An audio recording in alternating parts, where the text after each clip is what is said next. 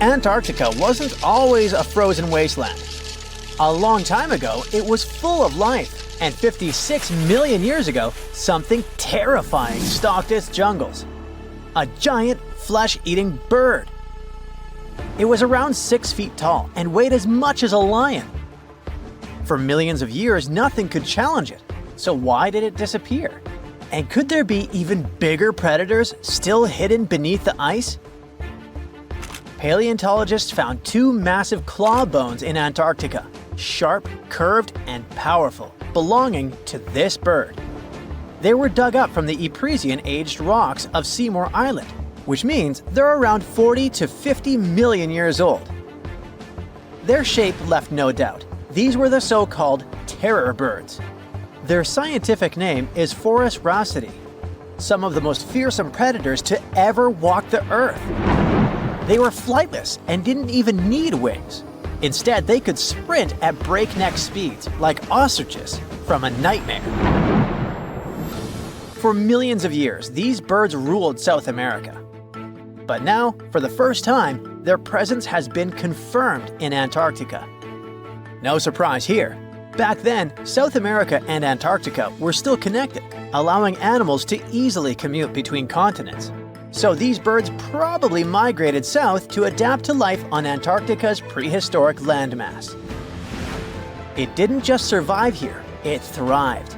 But at some point, this nightmare of an animal vanished. Why? Most likely because of the temperature changes. Antarctica was cooling, slowly turning into the frozen wasteland we know today. Its prey may have declined, leaving the predator without enough food. Eventually, it disappeared, leaving no descendants behind.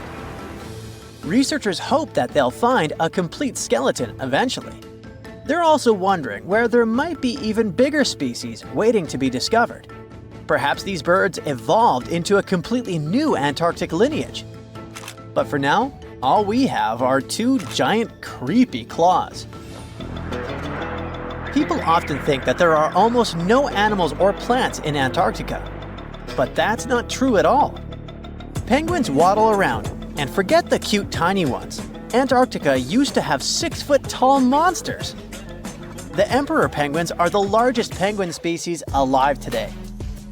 They can dive over 1,800 feet deep and hold their breath for over 20 minutes.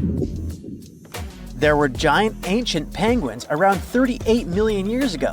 They were the size of humans.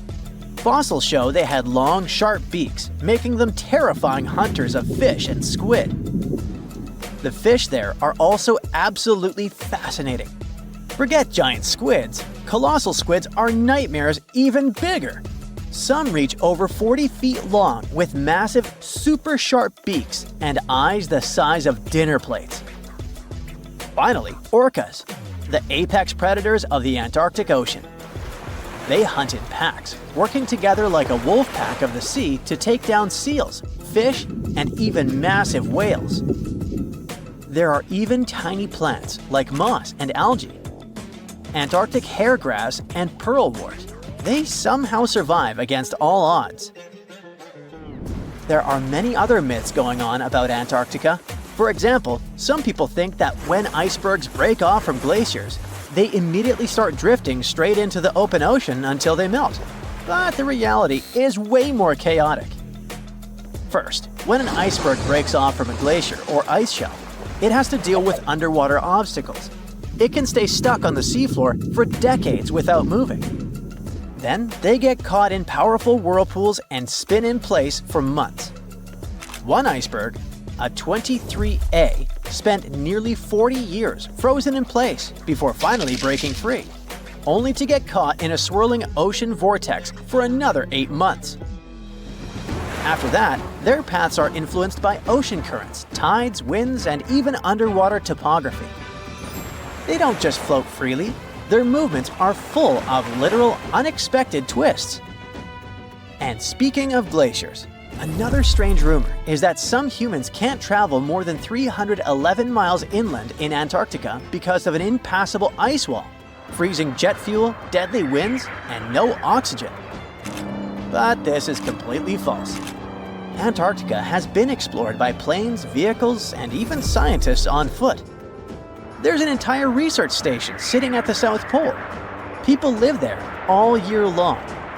The ice wall is real, a massive ice cliff rising above the ocean. But that isn't some secret barrier, it's an ice shelf. These are thick slabs of ice that form when glaciers slowly flow off the land and spread over the ocean. Almost 3/4 of Antarctica's coastline is made up of them, but they don't form some giant ring around the world. Antarctica is one of the most extreme places on Earth, but we've conquered its challenges, and we keep learning more about it every year. That's why every year, millions of dollars are poured into keeping research stations running, protecting wildlife, and making sure the people who live there have everything they need. But where does all this money go? Well, Antarctica stations are basically small cities.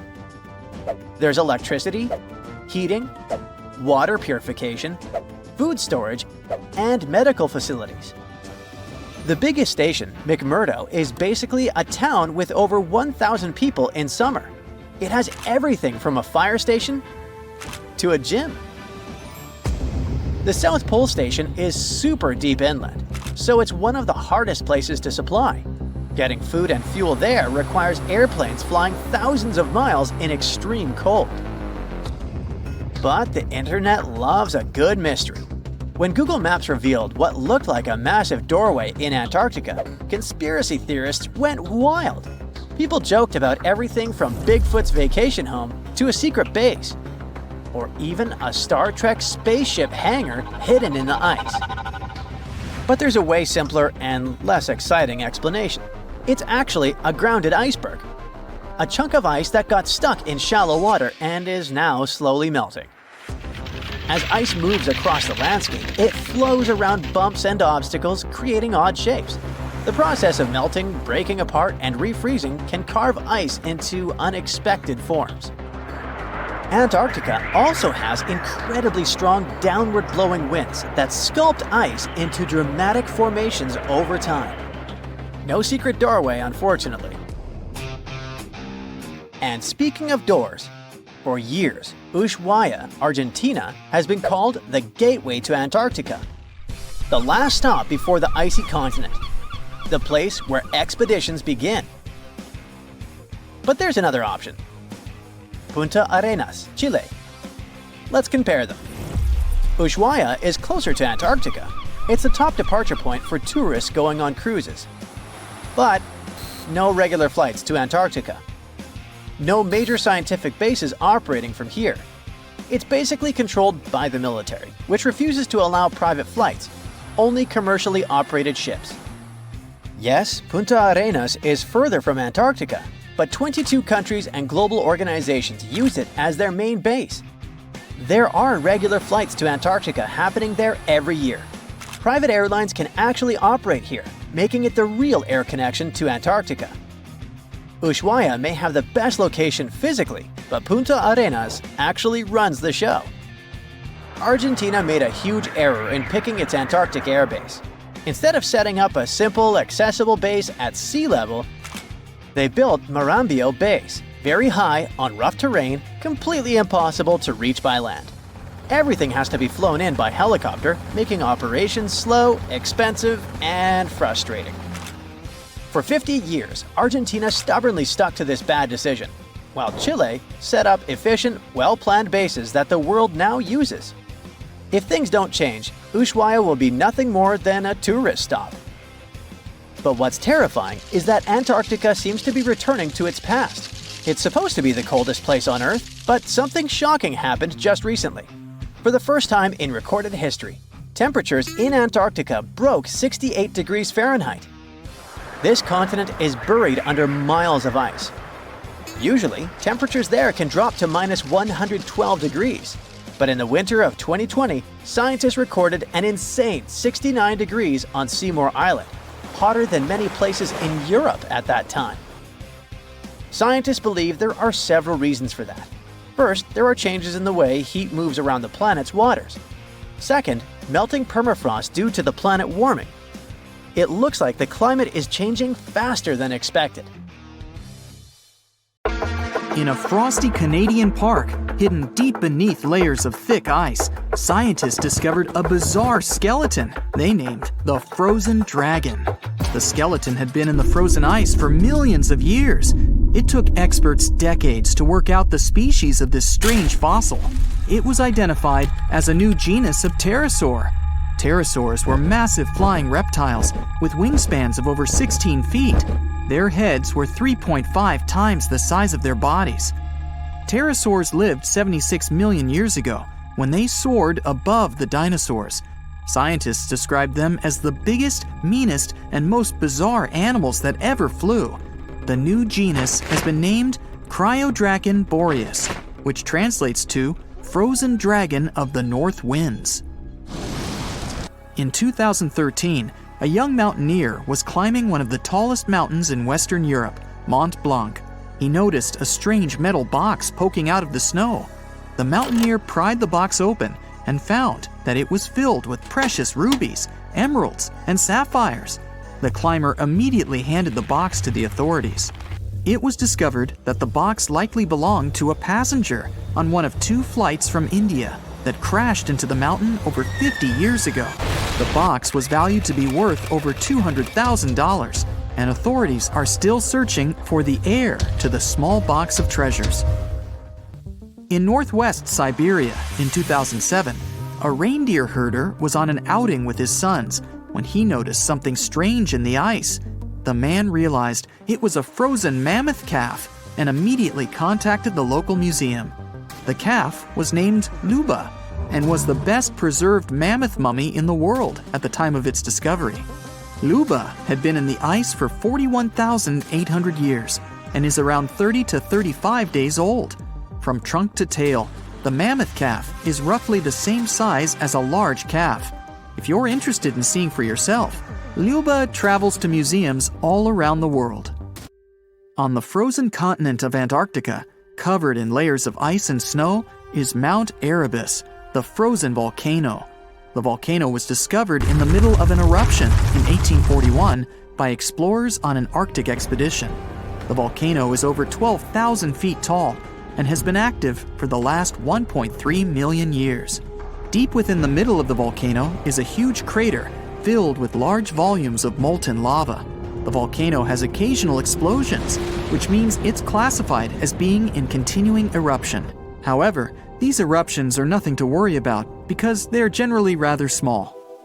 Back in 1991, 2 hikers were traveling across the Italian Alps when they stumbled across a body that they presumed to belong to a recently lost hiker. The duo trudged back down the mountain to report their unfortunate findings. Once the remains were recovered, it was clear that the body was not recent at all. Scientists determined that the Iceman was more than 5,000 years old and named him Otzi. The discovery was unlike anything scientists had ever before seen because the body was so well preserved. For years, Otzi was studied by scientists who discovered that our ancestors have a lot more in common with us than we ever knew before. Otzi was covered in ink body art. Research done on the contents of his stomach revealed that his last meal was dry cured meat, similar to the bacon we eat today. Otzi has at least 19 relatives living today, somewhere in Central Europe. Scientists were researching ancient squirrel burrows in Siberia when they came across something interesting. One of the squirrels had hidden away precious seeds deep beneath the ground. The seeds had been encased in ice for 32,000 years. The seeds were for the flower Silene stenophilia, which had long since gone extinct. Amazingly, scientists were able to recover plant tissue from inside the seeds and grow an entire crop of flowers. They've since reintroduced the previously extinct flower to natural habitats all across the world. In 1930, a team of Norwegian scientists sailed around the Arctic Ocean, conducting research on the seas and glaciers. They reached White Island, a dangerous and icy land no human had set foot on before, or so they thought. The scientists were shocked to discover the tip of a small boat sticking out of the snow. Frozen inside the boat, they found scientific equipment and various personal items, including a jacket monogrammed S.A. Undre. They had discovered the wreck of the famous Undre Arctic balloon expedition. In 1897, Swedish explorers, led by Andre, attempted to travel to the North Pole by hydrogen balloon. No one had ever heard from them ever again. People only found out what happened to them when the wreck was discovered 33 years later. It turns out that the balloon had crashed on White Island only 2 days after departing from Sweden. The explorers traveled along the island on a small makeshift boat, but were unable to make it any further. The best preserved woolly mammoth ever found was discovered in an area of permafrost in Siberia in 2010. Scientists named the frozen mammoth Yucca after the small village near where it was found. Yucca had been frozen for 39,000 years and is thought to have been around 6 to 8 years old. Because Yucca is so well preserved, it has been studied for years and provided new information about mammoths. In 2019, scientists reported that they were able to activate cells taken from Yucca's tissue. Maybe one day we'll have woolly mammoths roaming the land. From looking at pictures and videos of Antarctica, the continent appears to be freezing cold, covered in snow, and flat, except for a few small hills. Scientists believe that too. When studying the Gomburtsev Mountains in the early 2000s, they were shocked to discover that the small rocky hills were actually the peak of a gigantic mountain formation under a mile of snow. Using radar technology, researchers worked out that the mountains are really around 10,000 feet tall and sprawl across 750 miles. This is around the same size as the European Alps, except hidden under tons of ice and snow. At a gold mine in Siberia, a businessman was examining a nearby river when he noticed something interesting in the frost. It was a small woolly rhino calf that was later named Sasha. The woolly rhino has been extinct for 15,000 years. It's thought that Sasha could have been frozen in the ice for up to 39,000 years. Sasha is unique because it's the only full-body woolly rhino to have ever been discovered. Glaciers around the northern Italian town of Palo have begun to melt. Artifacts from decades and even centuries ago have been discovered pouring out of the ice. Personal belongings from soldiers have been found, things like diaries, photographs, and even love letters. Historians have even uncovered an entire cabin preserved beneath the ice. The cabin was filled with hard metal helmets and clothes. In 1845, Sir John Franklin embarked on an ill-fated expedition to the North Pole. The crew traveled on 2 ships, HMS Erebus and the ironically named HMS Terror. The expedition met with disaster, and both ships were lost to the icy waters. In 2016, the HMS Terror was discovered by a team of researchers. Despite being lost for 170 years, the freezing cold waters had maintained the ship in pristine condition. Scientists described the ship as frozen in time. Dinner plates and glasses were still on shelves, beds and desks were still in order, and even the passengers' luggage appeared to be in good condition. The HMS Erebus was also discovered nearby, but due to changing water conditions, the ship wasn't in great shape. The glacial ice surrounding a mountain passageway in Norway that was notoriously used by the Vikings has revealed hundreds of ancient artifacts. One of these artifacts was a giant unopened wooden box that was welded together. Researchers were beside themselves with anticipation, waiting to open this box. They believed it would be filled with Viking treasures or artifacts that would give us an insight into ancient society. When they opened the box, all that was inside was a plain old beeswax candle. It turns out that this box wasn't actually as old as they thought it was. By analyzing the candle, they discovered that the box dates back to the 17th century. The age of the Vikings had ended by the 11th century. It's likely that the candle box belonged to a farmer who was shipping it from his summer farm to his winter farm to light up the long nights.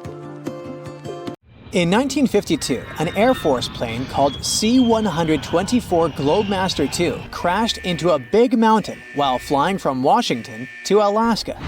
Sadly, everyone on board, 52 people in total, didn't make it. The bad weather at the time made it hard to find the crash site, and even later, any attempts to locate it failed. But in 2012, a helicopter crew doing a training mission spotted the pieces of the crashed plane on a glacier called Colony Glacier in Alaska. They started looking for more pieces and confirmed it was indeed the missing plane.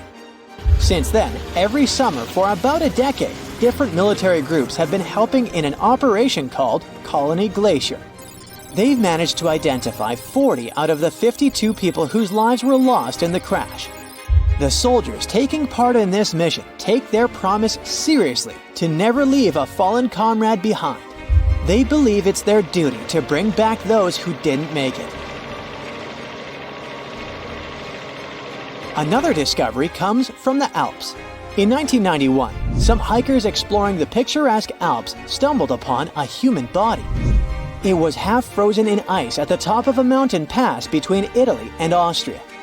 At first, the local police thought it might be a mountaineering accident, but in a few weeks, archaeologists started claiming that this guy might have lived more than 5,000 years ago. They eventually gave the frozen fellow the nickname Ötzi. He was named after the nearby Ötztal Valley. He's become quite famous as the oldest ice mummy on record. Ötzi's frozen state might not be as unique as we thought, and that's where things get really cool.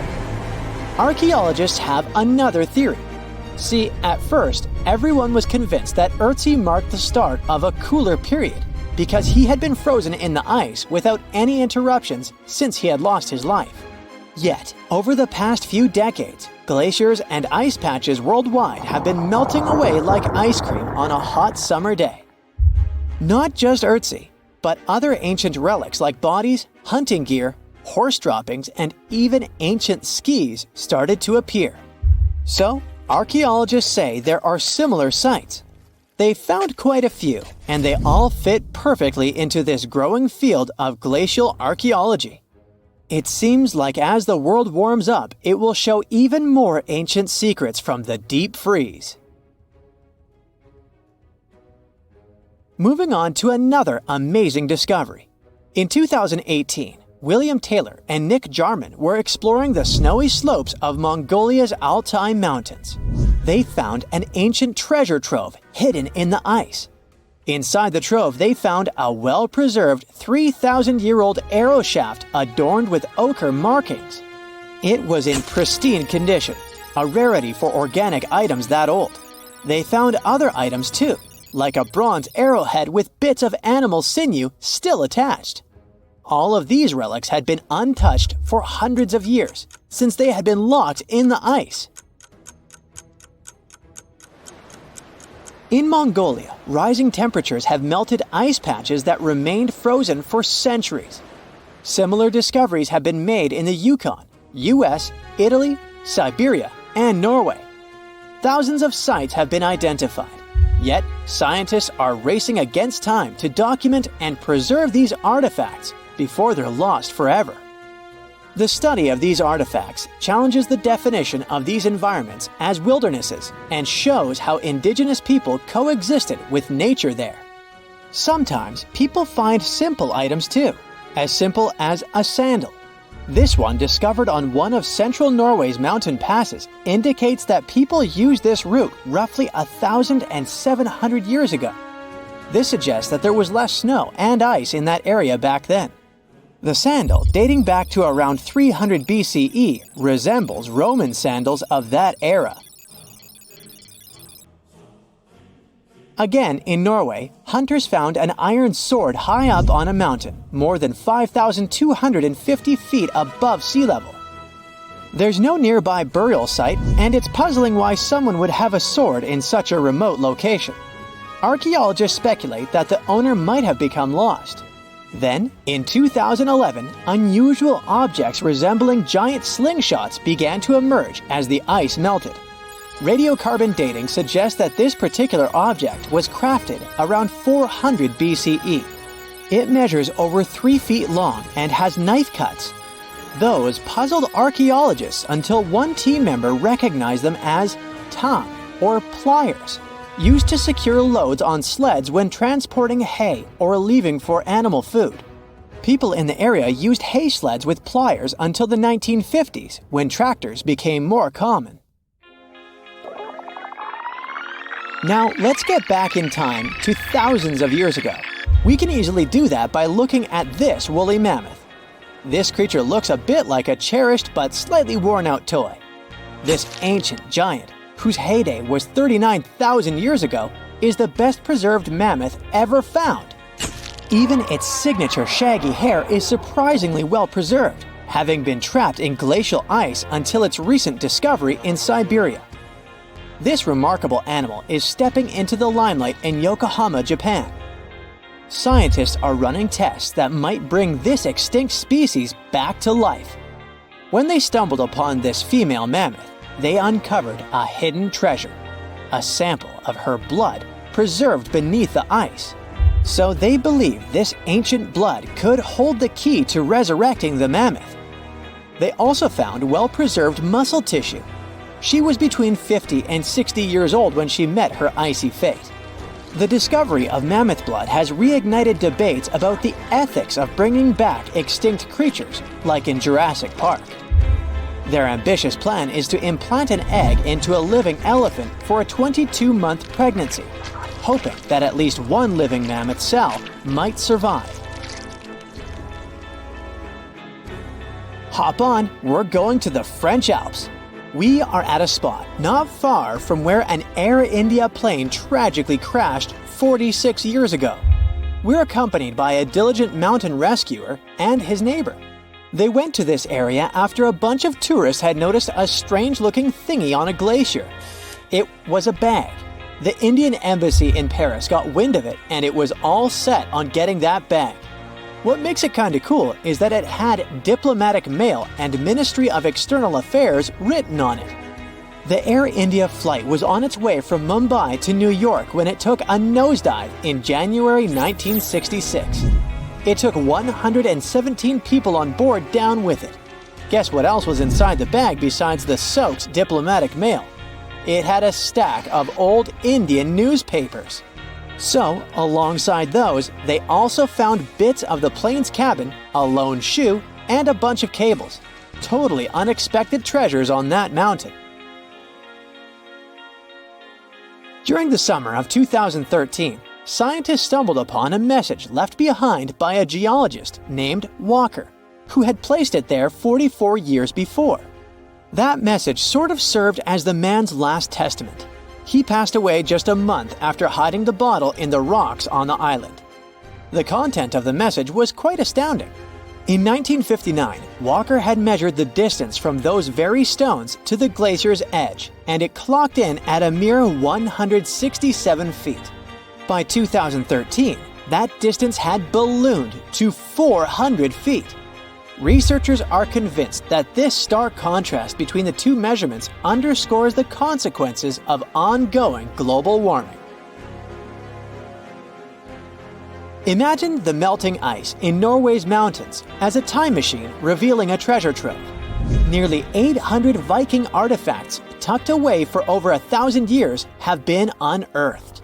They give us a peek into the bustling trade networks of the Viking era and the critical role of the mountain passes in this ancient commerce. Among the finds are leather shoes, cozy woolen mittens, stylish tunics, feathered arrowheads, horseshoes, walking sticks, and kitchen gadgets from the Viking chef's toolkit. There are even Viking pack horse souvenirs.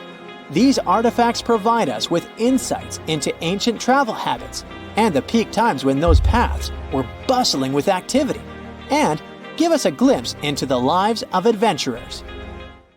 Well, a biotech company called Colossal just announced something wild. They say they've brought back a direwolf from extinction. But did they really? What they've really done is way stranger, and maybe even more important. Their team has just created a brand new predator. Not a clone, not a revival, but a new species. These cute cubs are built from gene-edited wolves, shaped by ancient DNA and born through cutting-edge biotech. So wait, are the Jurassic Park horrors coming for us? Well, let's see. Now, direwolf was the massive muscular predator that roamed North America thousands of years ago. Most people think these were just some sort of bigger gray wolves, but don't be tricked by appearances and the name. In 2021, a landmark study came out. A team of researchers in major institutions studied actual direwolf DNA and discovered something shocking.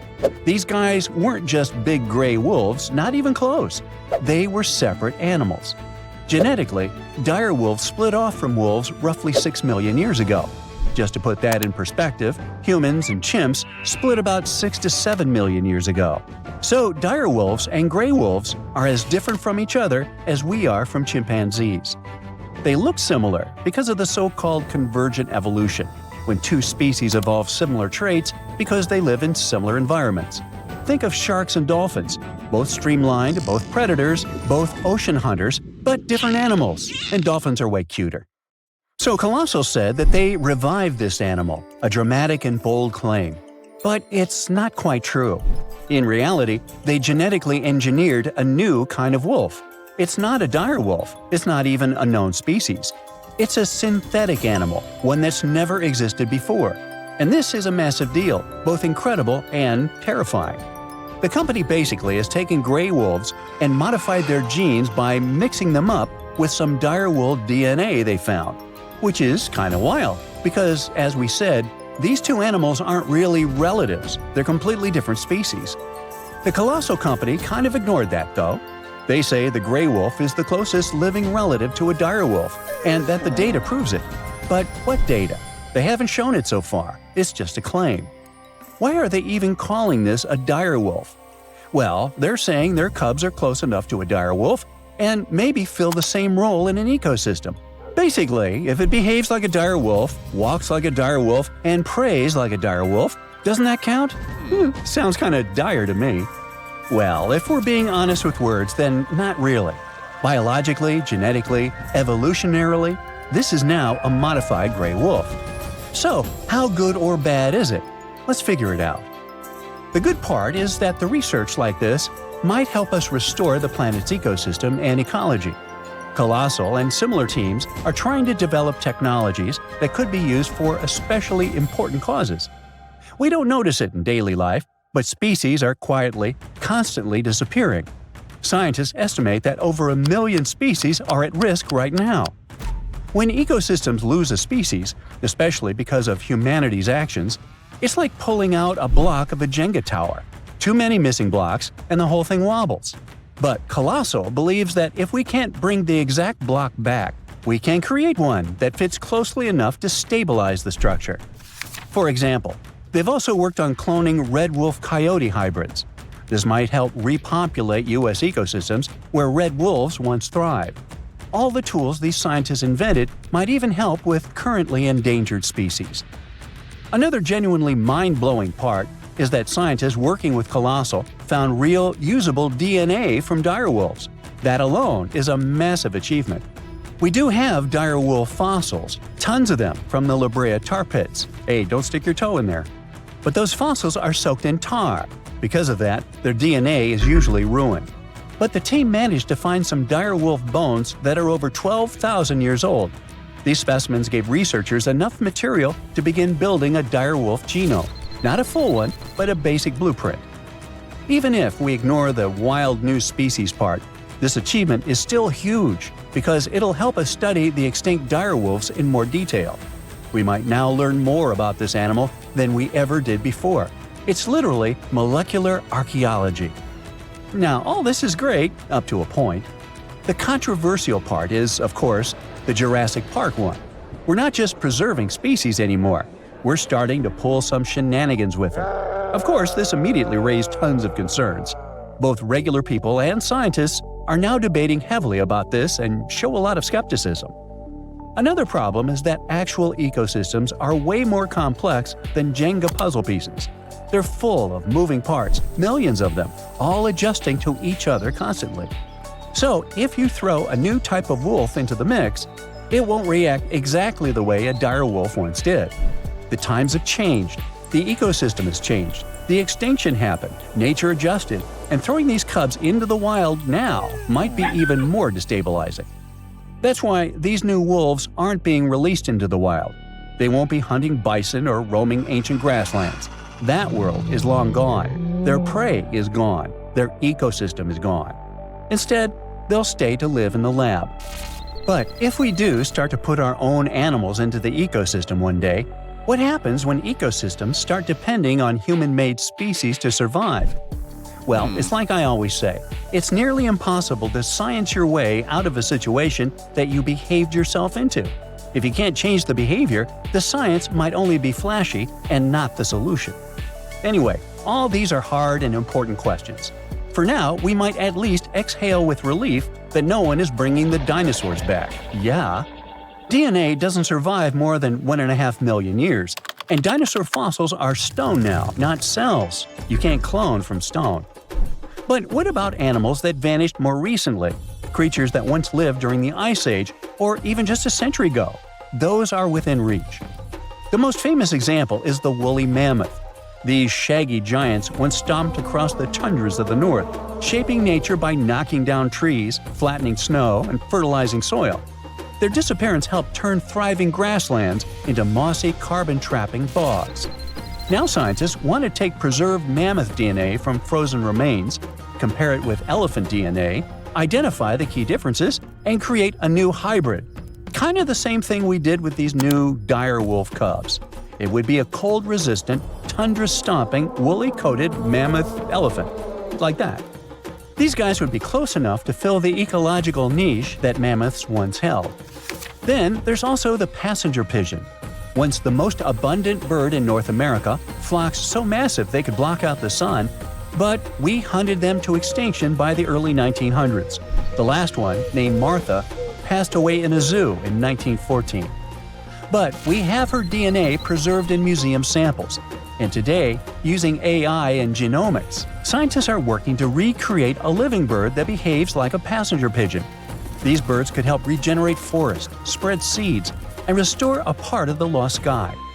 And finally, the Tasmanian tiger, a striped wolf-like marsupial that once roamed Australia. It was hunted to extinction in the 20th century. But its DNA is abundant. Museums collected pelts, fossils, and even preserved pups. This one was a keystone species, a stabilizer, a hunter that helped keep ecosystems in check. So they want to restore this one as well.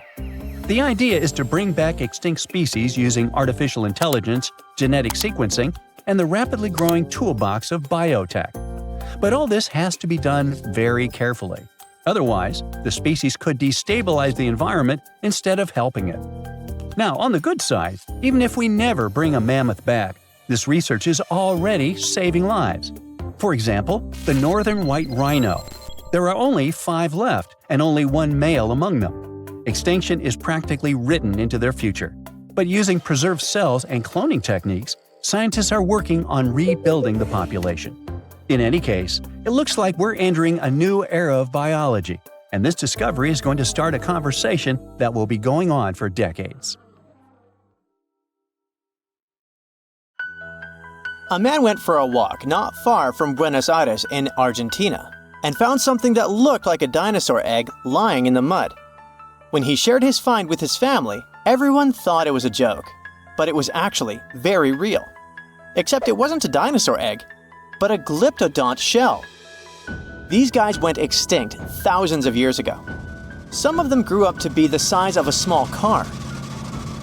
The Paleo-Indians, who were the ancestors of Native Americans, must have had a fun time living alongside those beasts. People keep finding similar black scaly shells, which are fossils of glyptodonts in the Americas.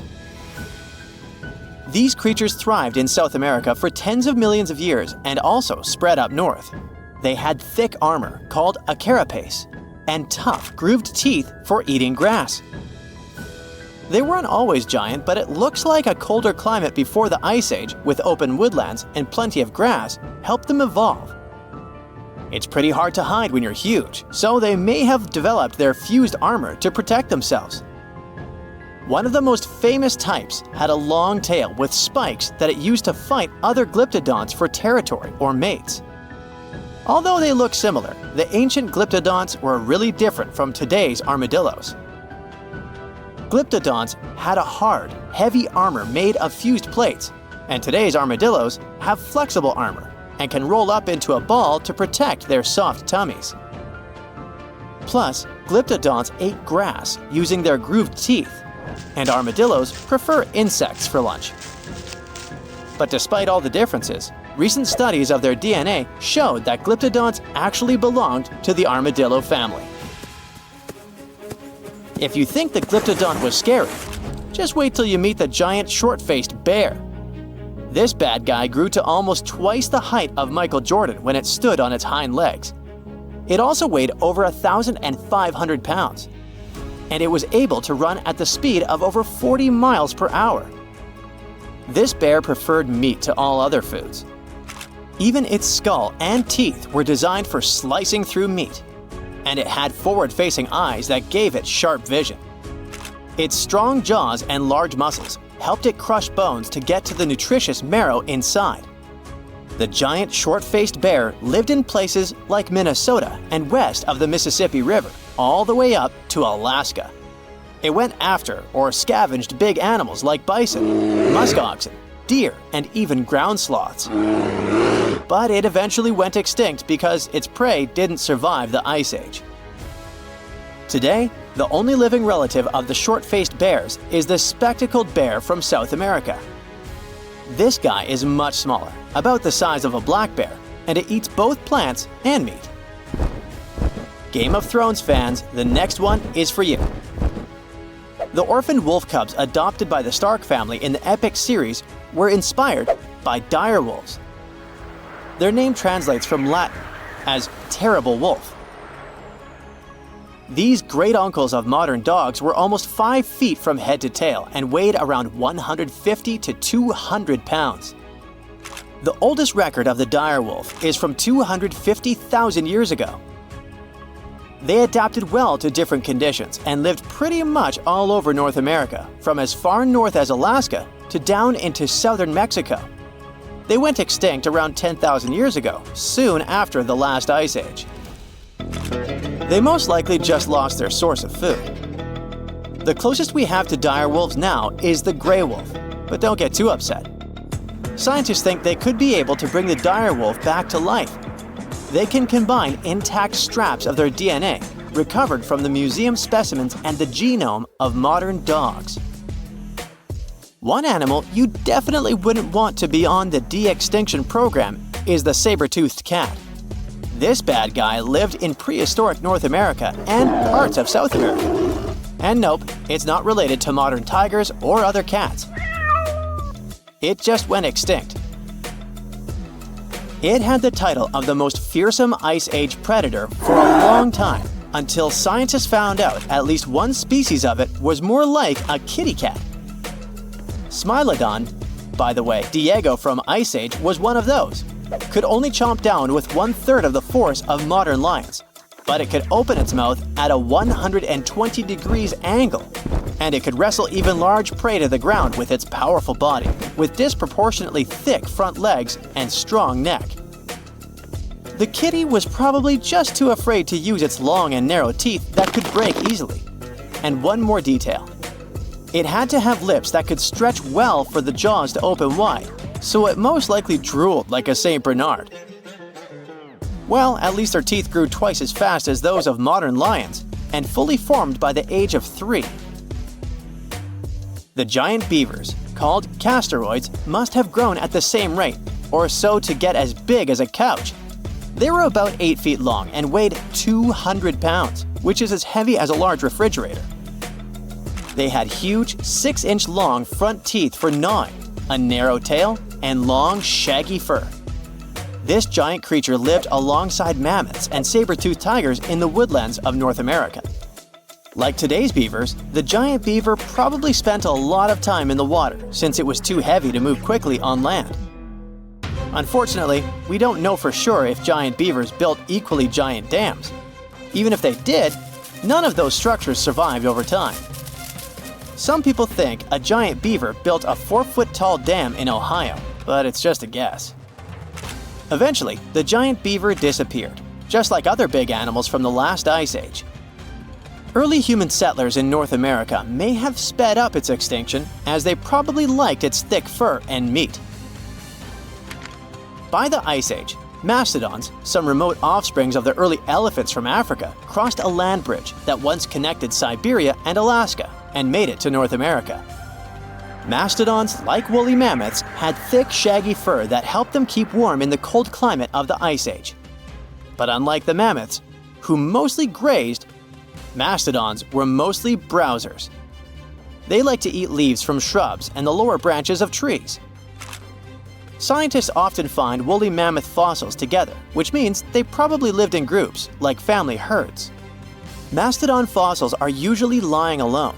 This means they may have preferred living on their own and only came together to mate or for a short time with their young.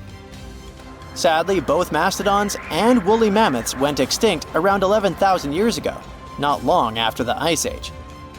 Scientists think this may have happened because of changes in weather patterns, fewer food sources, and possibly early humans. They figured out that one mastodon could feed a tribe for a week and dress them for years. You can mostly find camels in deserts in places like North Africa and the Middle East now. But scientists believe they actually came from North America, especially the lands west of the Mississippi River.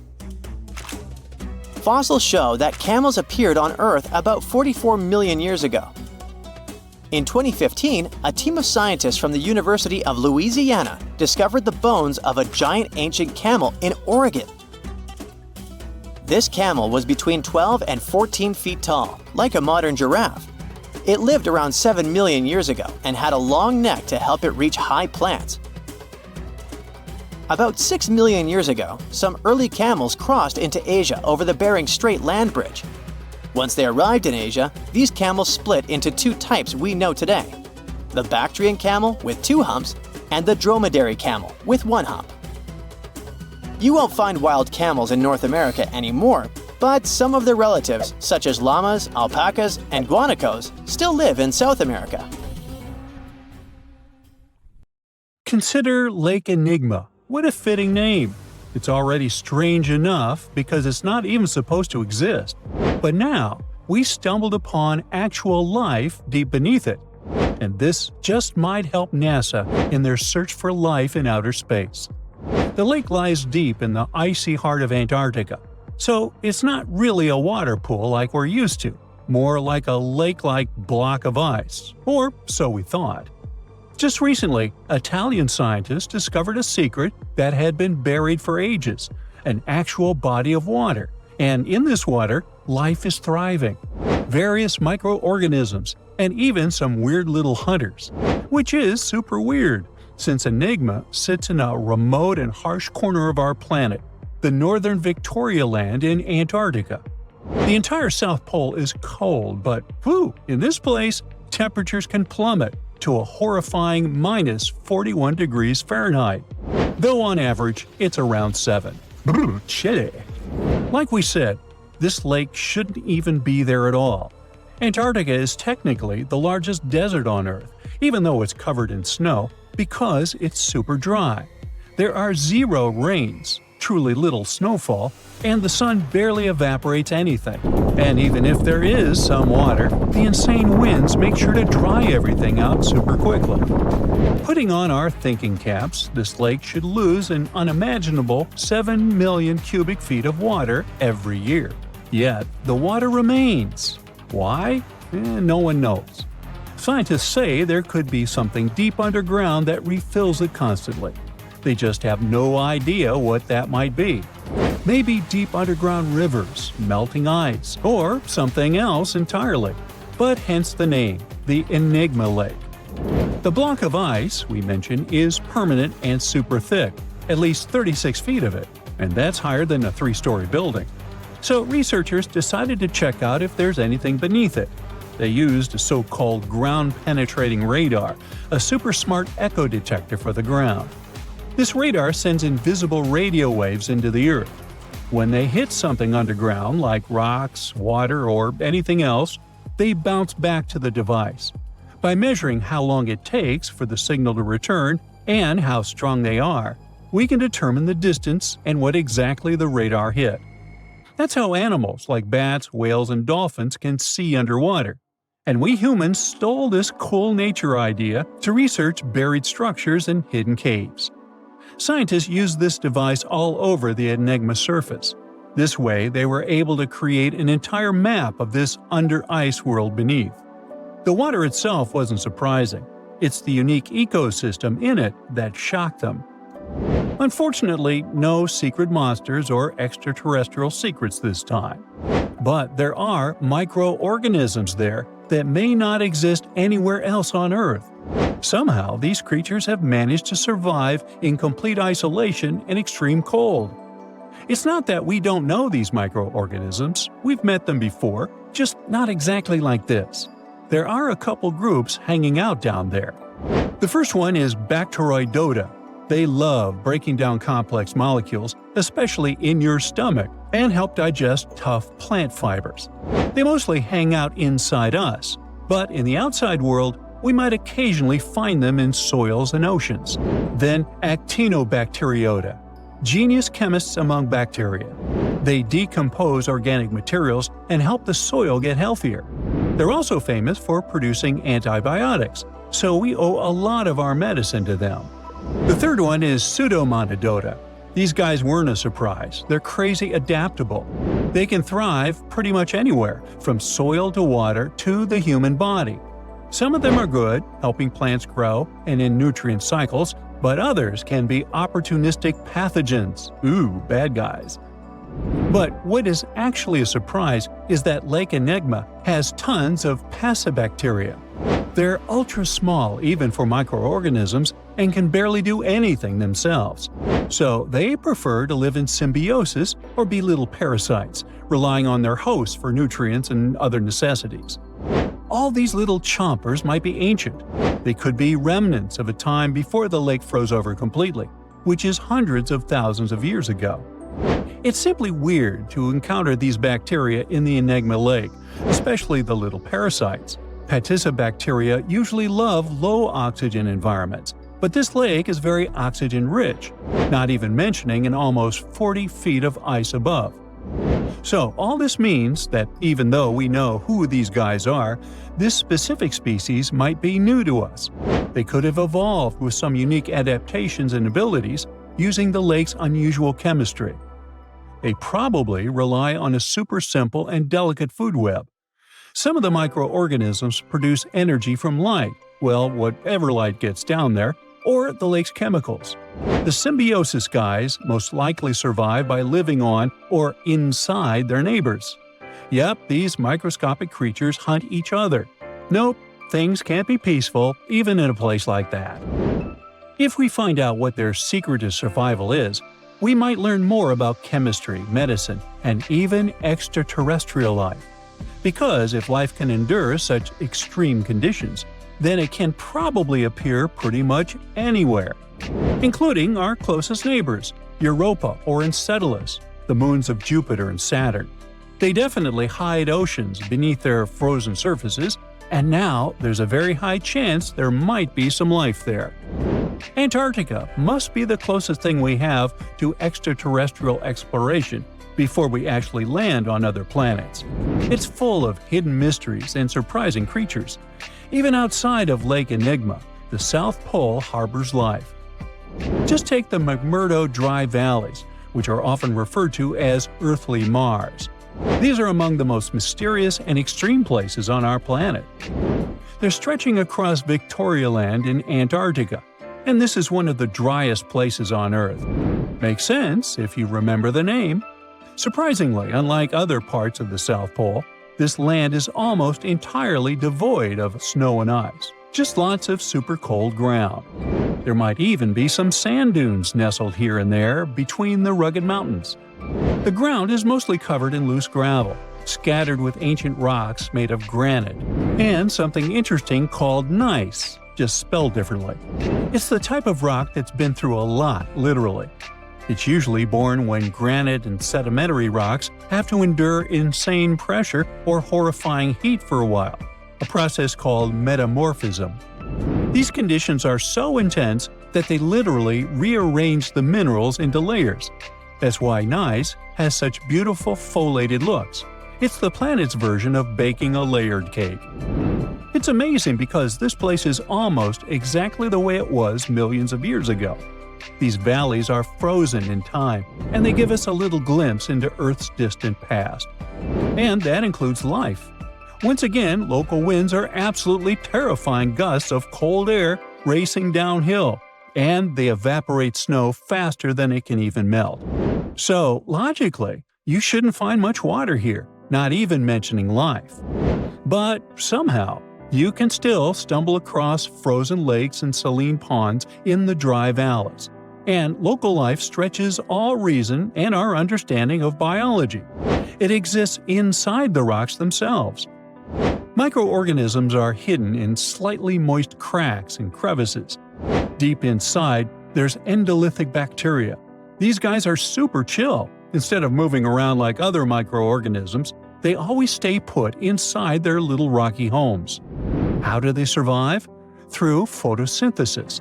Just like plants, they take teeny tiny parts of light that gets in crevices and acts like little solar panels, getting energy from the sun. Meanwhile, in another place, beneath the Taylor Glacier, there's bacteria that literally doesn't eat anything. Not comfort, not sunlight, not even oxygen. These guys rely on a diet of dusty rocks and sulfur to fuel their weird metabolisms. By breaking down sulfur and iron, they get energy to sustain themselves. This way, they easily survive in deep seas at sub-freezing temperatures, completely cut off from sunlight, oxygen, and the world itself. This place is fascinating for both its life and the lack of it. In some parts of the valleys, like University Valley, yes, that's what it's called, the permafrost is so harsh that no microbes were found at all. This might be one of the only places on Earth where life appears to be completely absent, a quite scary idea. Anyway, now scientists are thinking about learning more about Lake Enigma and drilling this Mars-like environment, exactly for that reason, to see how we could get samples from Mars in the future. Feel that? The ground is shaking beneath your feet. Leaves are falling from trees. It feels as if a mini earthquake happens every few seconds. Bam! Bam! Something's coming right out of the woods towards you. There it is! The first thing you see is giant tusks and a long trunk. Then the creature's entire body emerges from the forest. This is the woolly mammoth. The species went extinct about 4,000 years ago, but now it's right in front of you. And it's not a dream. It might become possible in the nearest future. People are going to try to bring these animals back to life, and a group of scientists is already working on it. So, woolly mammoths appeared about 450,000 years ago in Siberia. Later on, they also settled in North America. Real estate was cheaper then. Then these animals took over Asia and even Europe. These guys were the tallest land animals during the last ice age. They were about 11.5 feet tall. That's as tall as a one-story cottage. That's also 1.5 feet taller than the height of the average modern elephant. But mammoths were much more massive. They weighed about 8 tons, compared to the 6 tons of an elephant. That's like 2 or even 3 big SUVs. Good thing they couldn't drive. Mammoths were so heavy because they had larger heads, as well as longer and more curved tusks. These animals lived in the cold tundra. That's why they needed a layer of fat that was at least as thick as a shoebox. But even that wasn't enough to withstand the cold. So mammoths had dense wool that grew to be as long as a cell phone charger cord. In the winter, the wool on the sides and belly of the mammoth formed something like a skirt, so the animal could lie in the snow and it didn't freeze. Mammoths spent most of their time looking for food, like me. To build up that thick layer of fat and keep their body temperature constant, they needed to eat about 400 pounds of food per day. That's the weight of 2 wild boars. But mammoths were herbivores, which means they ate grass and willow or pine branches. But after the Ice Age, the warming began. The tundra, where mammoths live, began to turn into swamps. The amount of food was decreasing. This caused a drop in the population of woolly mammoths. And now, scientists want to bring mammoths back to life. Using genetic engineering, they hope to recreate the mammoth using its DNA. Of course, this doesn't mean they will create the animal from scratch in a lab. First of all, they need a creature that resembles the woolly mammoth as much as possible. The answer is the Asian elephant.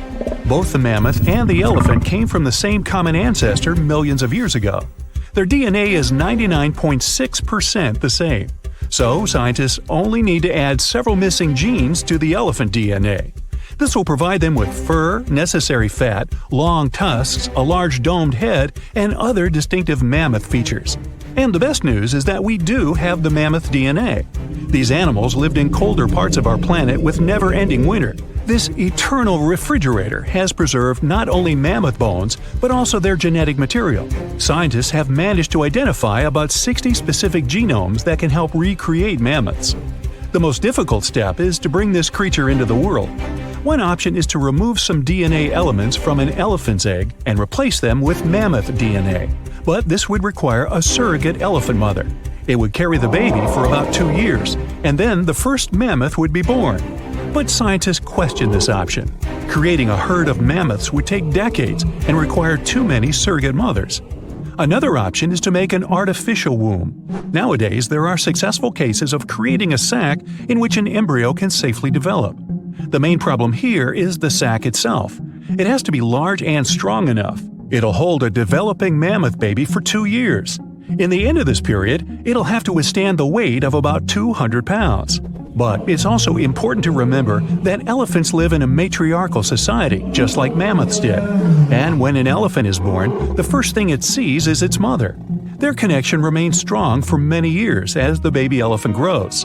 So many people say that such a way of growing a mammoth is highly unethical. But scientists continue their research. They insist that their goal is to improve the already existing genetic engineering technologies and apply them in the future. This way, we can save endangered animal species. But why should we bring woolly mammoths back to life in the first place? Some scientists believe that these animals played an important role in the planet's ecosystem. These days, the tundras of Siberia and North America are gradually warming up and releasing a lot of carbon dioxide. This contributes to the greenhouse effect, which warms up our planet even more. These tundras are now heavily overgrown with moss. But thousands of years ago, when woolly mammoths roamed these areas, tundras were more like pastures. Mammoths trampled moss and felled trees. They were some sort of ecosystem engineers. It's believed that the return of mammoths to these areas might help bring them back to their original state. Restored pastures will keep the soil from eroding. They may even be enough to decrease the production of harmful carbon dioxide. Recently, ecologists have brought many bison and other animal species to the vast expanses of Siberia for the same purpose, but some scientists believe that woolly mammoths would do a much better job. If this experiment turns out to be successful, people would have an opportunity to bring back to life a huge number of extinct animal species.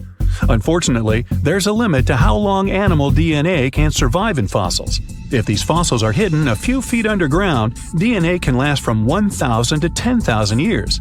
If the fossils, let's say, are in the ice in the Antarctic, DNA can remain intact for several 100,000 years. Unfortunately, it means we would never be able to recreate dinosaurs. They went extinct about 66 million years ago, and people just don't have any access to their DNA. But we could bring back some animals that disappeared not so long ago, like moa. It's a species of flightless birds. The largest of them was as tall as the woolly mammoth and weighed as much as a scooter. But the smallest species could be the size of a turkey.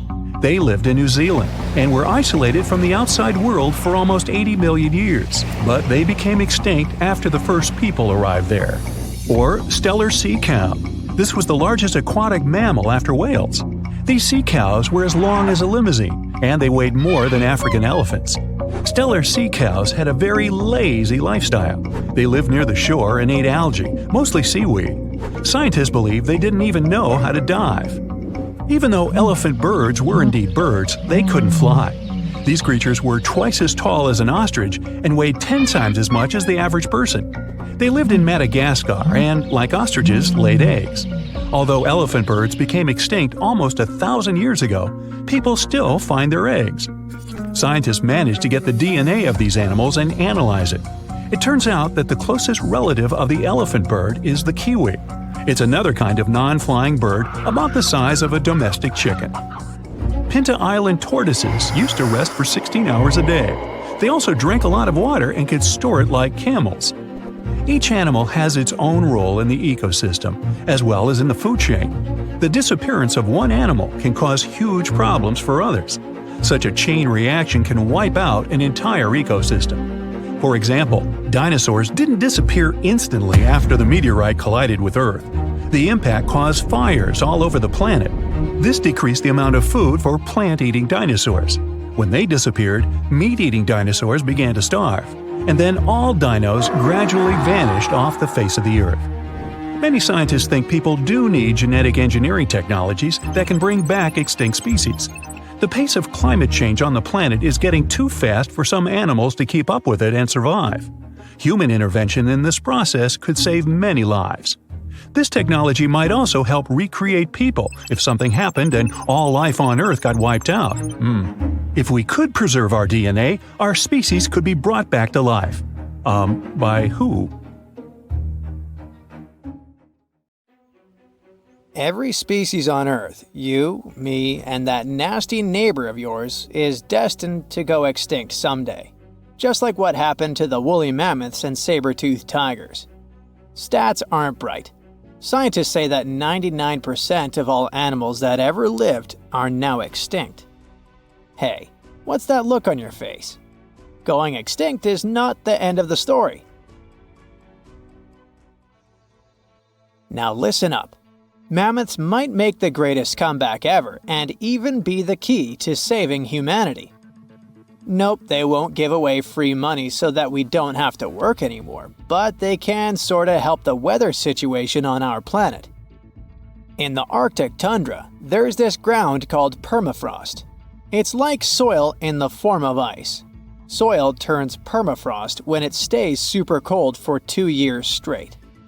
But now, permafrost is actively thawing out, and it's bad news for, well, everyone. Because while thawing, it releases a lot of carbon into the air.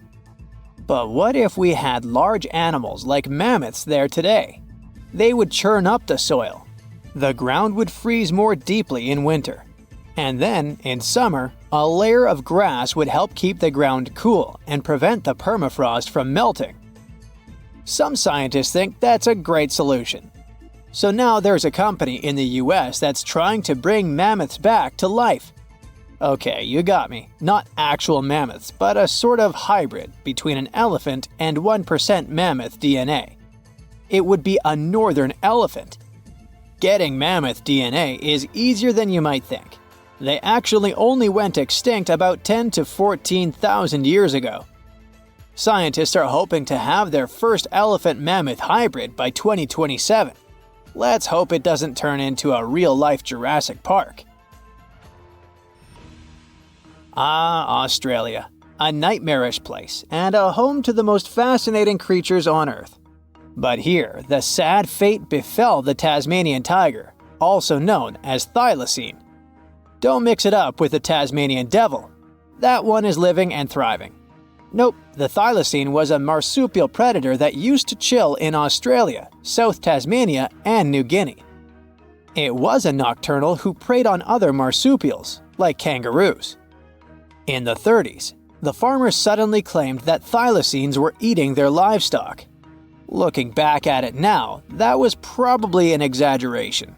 But humans started to hunt poor thylacines until they were all gone. And then it turned out that hunting away the important predator isn't the brightest idea. Who would have thought? You see, thylacines kept things in check by eating bad animals. So once they disappeared, the Australian wildlife was basically doomed. 35% of total mammal extinctions on Earth happened here. That's an awful world record. I know it sounds gloomy, but hey, maybe we can fix this. Remember that company we mentioned? It wants to bring back the thylacine too. Luckily, many thylacine embryos are still preserved in jars, like some creepy pickles. If we bring them back to Tasmania, this could help revive the entire ecosystem. Would you be happy to see them back in the wild? Me too. And I would also be happy to see you hitting those like and subscribe buttons so you can keep up with amazing facts all year round. We also have some huge dreams about tiny creatures. Take a trip to Mount Hotham Ski Resort in Victoria, Australia, and here you can find the mountain pygmy possum, a tiny bundle of cuteness. These guys are super rare. We even thought that they were extinct. All we had was their fossils. But then, some skiers spotted a possum in a log pile at the ski lodge in 1966. Imagine suddenly making a great discovery while chilling on vacation. These little possums can spend 7 months of the year sleeping under the snow. They wake up occasionally to eat some stored food, and then they wake up in the spring to eat even more, find a mate, and go back to sleep again. What a relatable fella. Since they've made it into this video, you can guess they're pretty endangered. There are less than 2,000 left in the wild, all because their current homes don't fit them that well. But hooray, we can help them too! You see, their ancestors lived in lowland forests about 20 million years ago, so maybe mountain possums could live better if we moved them there? Of course, we can't just take them to the woods and expect them to survive. Instead, scientists want to slowly release possums into the forest and check up on how they get on with it. Let's hope these cute creatures will adapt to woodland life. The southern gastric brooding frog, also called the platypus frog, was quite a unique creature. It was discovered in 1972 in Queensland, Australia. Back then, this fella shocked the scientists with its super weird birthing practices. Check this out. The mother frog swallows her eggs, turning her stomach into the womb. Then she doesn't eat at all for 6 weeks straight. I could never. Meanwhile, the tadpoles hatch in her stomach, start to grow, and eventually get so big that the mom literally has to breathe through her skin. And then she literally spews out her offspring left and right. Bleh. But this insane process is a great evolutionary achievement, which is why it drew everyone's attention. But the wonder didn't last long. By the mid-80s, all known species of these frogs vanished from their natural habitats. Why? We have no idea. There are many theories, but almost no evidence to back them up. In any case, over the years, these guys officially became extinct. But it all changed in 2013. Scientists started a groundbreaking project named the Lazarus Project. Now they want to resurrect these frogs to learn cool cloning techniques from them. Are you guys ready to copy their genetic preservation method? Yeah, me neither. But let's dive deeper. Literally go in the water. Meet the coelacanth. This creature lived in the oceans back when the dinosaurs roamed our planet, and didn't even notice the asteroids. These guys are the Methuselahs of the sea. They can live up to 100 years, and they don't even start thinking about leaving offspring until they're around 55. At least they've got plenty of time to live for themselves. We actually thought this creature had gone extinct about 65 million years ago. But then, the first Latimeria specimen was discovered off the coast of South Africa in 1938. Now they're known as living fossils. And these fish are enormous. They weigh around 200 pounds. They're also super stylish, with those lobe-fished paddles that make them look like disco balls. Oh, and they're great aerialists. Thanks to those versatile fins, they can even do headstands and swim belly up. The coelacanth is also a bit of a homebody. It's not very energetic and likes to live in underwater caves during the day, only coming out at night to snack on smaller fish and squid. Another animal who's literally me. Now we're trying our best to preserve this species, and I won't be surprised if it outlives us all. And finally, let's talk about the largest and most awkwardly looking flightless bird from New Zealand, the South Island takahe. The tale of the takahe started way back in the Middle Ages. Humans accidentally hunted them all away, and by the late 19th century, it seemed there were none of them left. But then, they were rediscovered in New Zealand in 1948. Poor guys did all they could to hide from us in the mountains, but we still got them. But it's different now. Since then, we've been trying our best to save them from extinction. There's a takahe recovery program going on, and it shows great results. They managed to greatly boost the number of birds in the wild.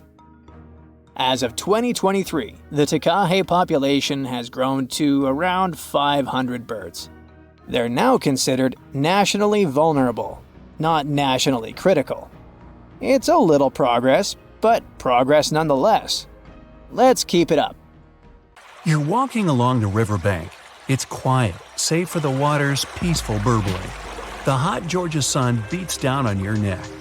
That's when you notice something strange on the ground. Looks like a quarter-sized black coin with a weird pattern on it. You bend over for a closer look. Is it a coin? This thing looks like an ancient seal with a symbol carved in it. It's probably from some long-lost civilization. You could sell it and make a fortune. You crouch down on one knee to pick up your newfound treasure. As soon as your finger touches it, you pull your hand back as fear wells in your gut. It's hairy. Whatever. Nothing a good cleaning won't fix. You go to pick it up again, digging your nails in the dirt around it to pull it out of the ground. That's when it moves. Your heart jumps in your throat. It's pounding so hard you can feel it in your head. The fear turns to horror when the coin wiggles its way out of the ground. It's no ancient treasure. It's a huge spider. A ravine trapdoor spider, to be precise.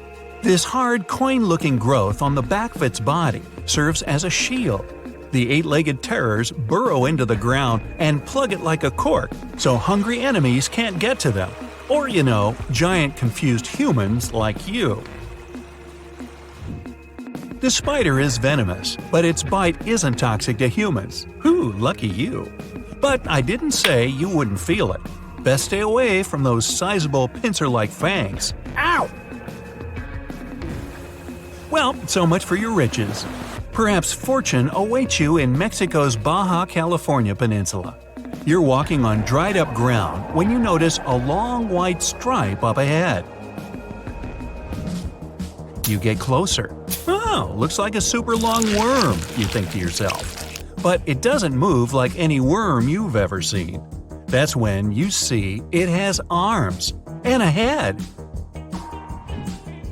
This pale creature with black beady eyes is a Mexican mole lizard. It lives in the ground where all its dinner of insects and termites hang out. It rarely comes out, so you're pretty lucky to have seen this bizarre reptile. Now you're in a rainforest in northeastern Australia. Ahead, half hidden among the trees, you notice something large and round. This mysterious figure lying on the ground is covered in black hair. At first, you think it's a bear curled up sleeping. But that wouldn't make any sense. There are no bears down under. You're getting closer when a twig snaps under your foot. The thing hears you and springs to its legs. It turns to you, and you now see this is a bizarre and beautiful bird. That black hair is actually a thick coat of long, fine feathers. This formidable fowl has a bright blue head with a large horn on top. Is that a trumpet? No. It stands on two powerful legs with a dagger-like claw on each foot that can be as long as your hand. Take away those feathers, and you might mistake this thing for a velociraptor. But it's actually a cassowary, the most dangerous bird in the world. It could jump straight over your head if it wanted to, definitely high enough to kick you in the chest. And its blows are strong enough to break bone, not to mention that claw that can cut through anything like butter. This bird was made to hunt and avoid being hunted. Don't even consider running away, not unless you too can sprint over 30 miles per hour. Diving into that lake over there won't save you either. This bird is an excellent swimmer. Best just to back away slowly and hope it doesn't come after you. Another creature that proves it's best to keep your hands to yourself is the panda ant. The naming is obvious. It's black and white and furry like the beloved bamboo-chewing bear. This furry little bugger lives in the forests of Chile. But don't go to pet this fluffy little ant. What you're looking at is no ant at all. It's a species of wasp. That black and white coloring serves one purpose: to warn others of this insect's powerful sting. And if that doesn't make you back away, the wasp will let out a squeaking sound. It sounds cute to us humans, but it means a painful sting is around the corner. These insects are loners. They don't live in colonies and don't have nests. They're also parasites. A female panda ant lays eggs next to the larvae of another insect. Then, the hatched babies use these larvae as food. Ew. Surely you've seen bugs that look like leaves and twigs. But what about a creature that looks like a beautiful orchid? You can find this fragrant flower in the forest or a green field among other plants. But make sure that's a flower you're leaning in toward to smell. If it's not, you risk being bitten by a praying mantis. The orchid mantis is nearly impossible to distinguish among the flowers. It has pink-white coloring with legs and claws that look identical to little petals. It uses its resemblance to the plant to hide from predators and hunt insects that love these flowers. A butterfly or a bee flies up to the flower when one of the petals starts moving. The unsuspecting meal might take it as simply the wind, but then the petal turns into a sharp claw that suddenly grabs the insect. Oh my! Dinner is served. Now imagine you're in the jungles of Costa Rica. You notice a brown snake sitting on a tree branch in front of your face. The snake looks like it's about to strike. Well, you want to run away as far as possible, but notice that this snake is unusually short, and it doesn't lash out at you. You wait, but the snake keeps staring at you. It doesn't even hiss. Lucky for you, it'll never bite because it's not a snake, but a caterpillar. The hawk moth caterpillar can change the shape of its body to look like a menacing serpent. This easily scares away any hungry foes. The coloring and pattern on the skin imitates a snake's scales and eyes. This insect also knows how to move like a reptile. A master of disguise, this one. Let's get out of the hot jungle and head to Central Europe. You're in the middle of a sunny green meadow. Colorful flowers bloom around. Birds sing and bees buzz by. Among the bees, some are not what they seem. You'd hardly be able to distinguish the imposters. But if you look really closely, you'll see the golden bee fly moving through the air. It looks like a bumblebee, but it's the buzzer's biggest enemy. The golden bee fly sneaks into bee nests and lays eggs there. Its larvae hatch and feed on the bees and flower nectar. The yellow and black coloring allows the intruder to go undetected the whole time. The camouflage also keeps enemies away. Nothing would touch this fly if it thinks it'll get a bumblebee sting. The next spot on your journey is the rainforest in southern Thailand. Now, be extra careful and watch your step. Not because the next animal is poisonous or bites, but because you might actually step on it. The leaves from the trees have fallen and turned a gray-brown hue. Among these leaves, it's tough to distinguish the Malaysian horned leaf frog.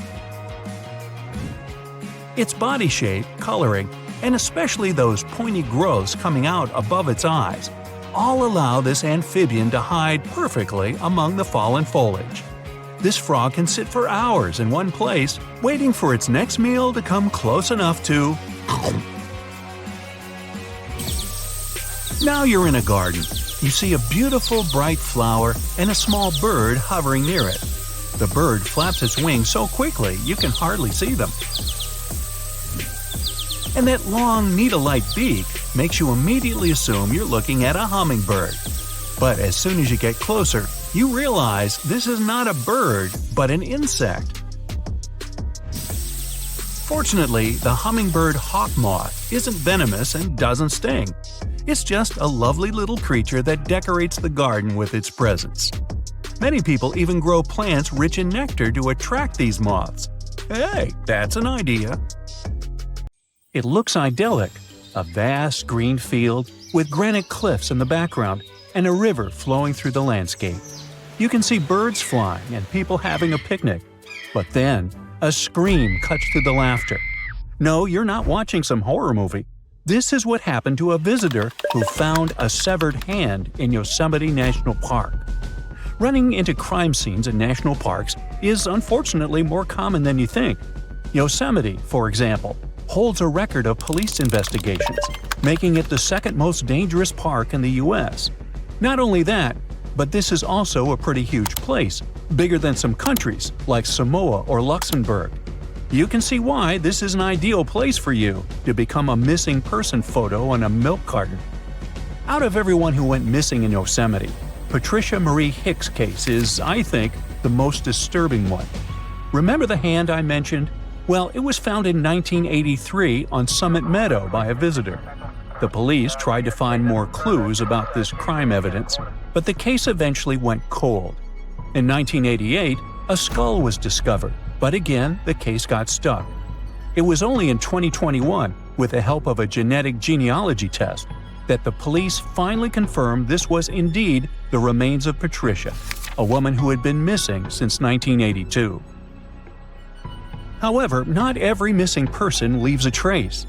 This is the case of Sandra Jensen Hughes, last seen in July 2020.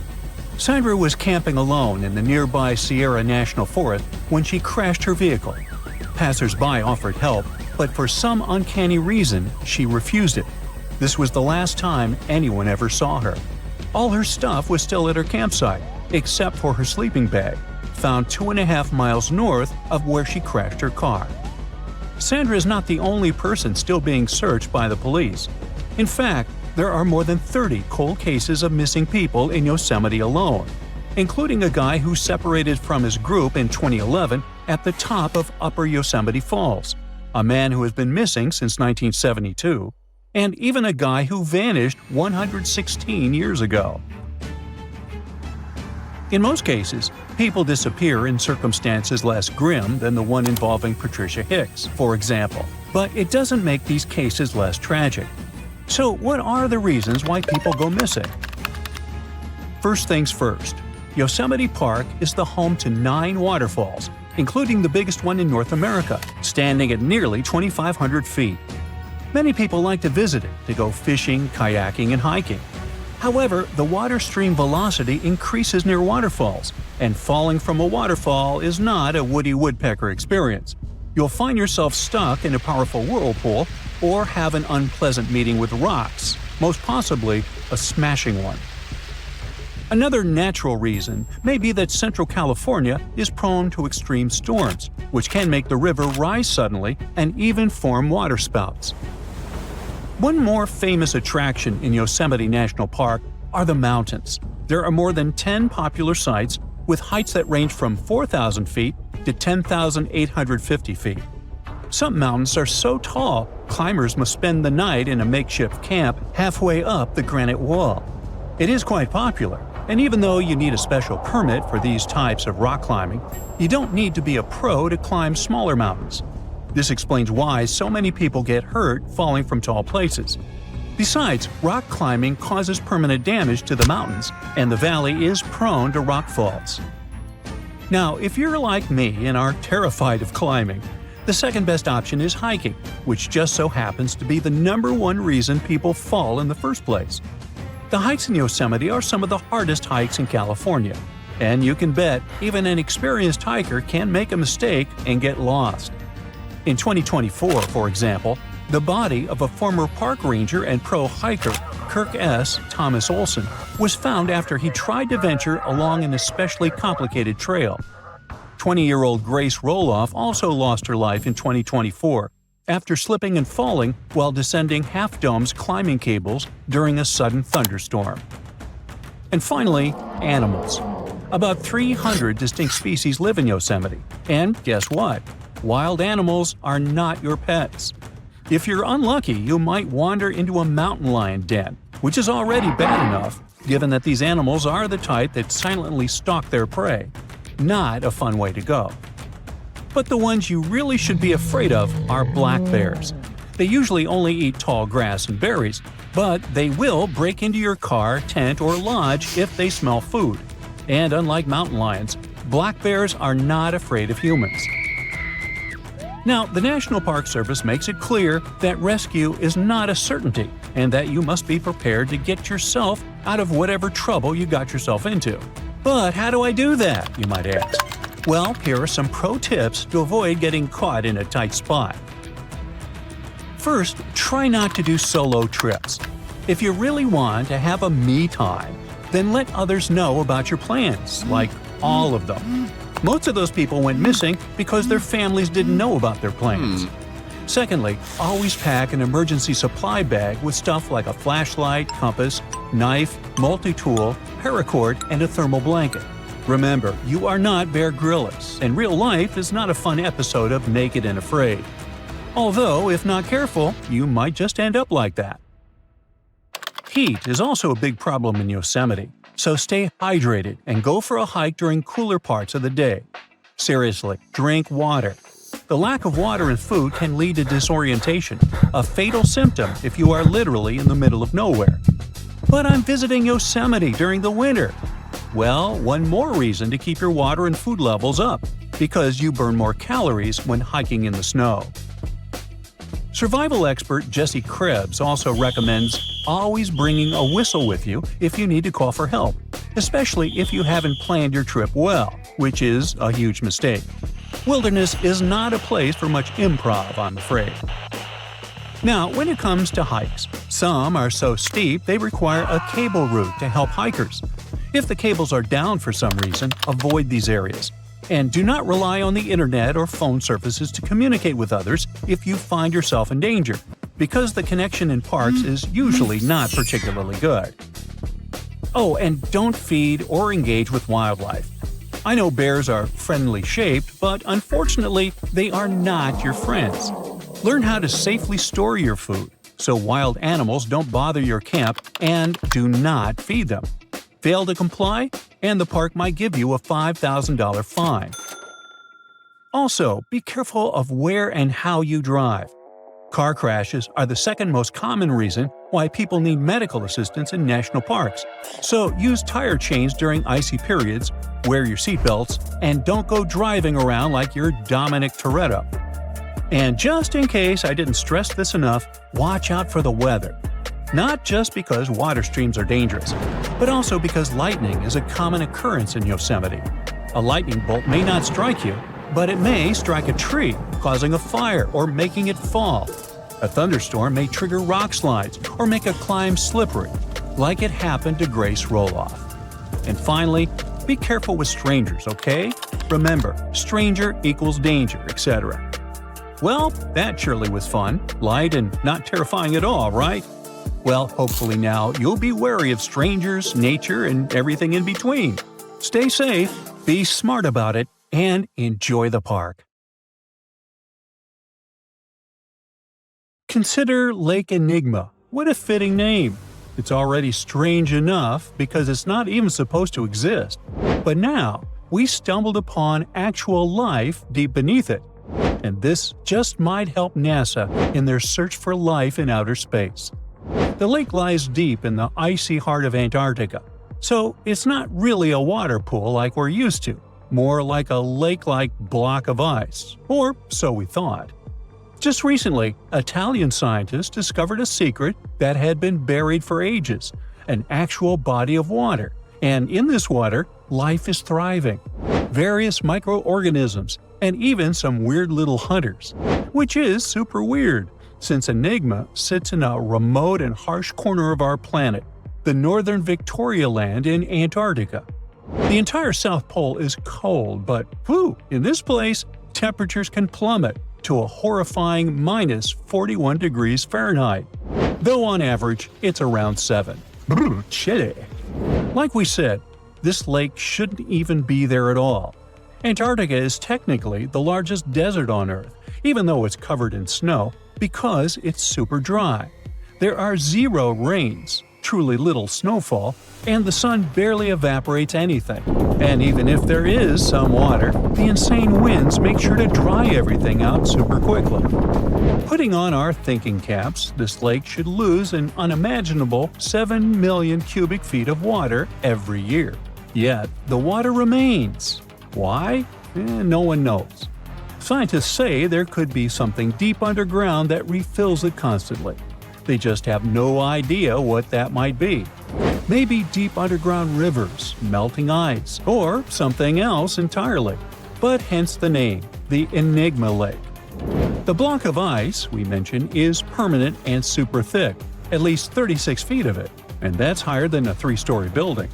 So researchers decided to check out if there's anything beneath it. They used a so-called ground-penetrating radar, a super smart echo detector for the ground. This radar sends invisible radio waves into the Earth. When they hit something underground, like rocks, water, or anything else, they bounce back to the device. By measuring how long it takes for the signal to return and how strong they are, we can determine the distance and what exactly the radar hit. That's how animals like bats, whales, and dolphins can see underwater. And we humans stole this cool nature idea to research buried structures and hidden caves. Scientists used this device all over the Enigma surface.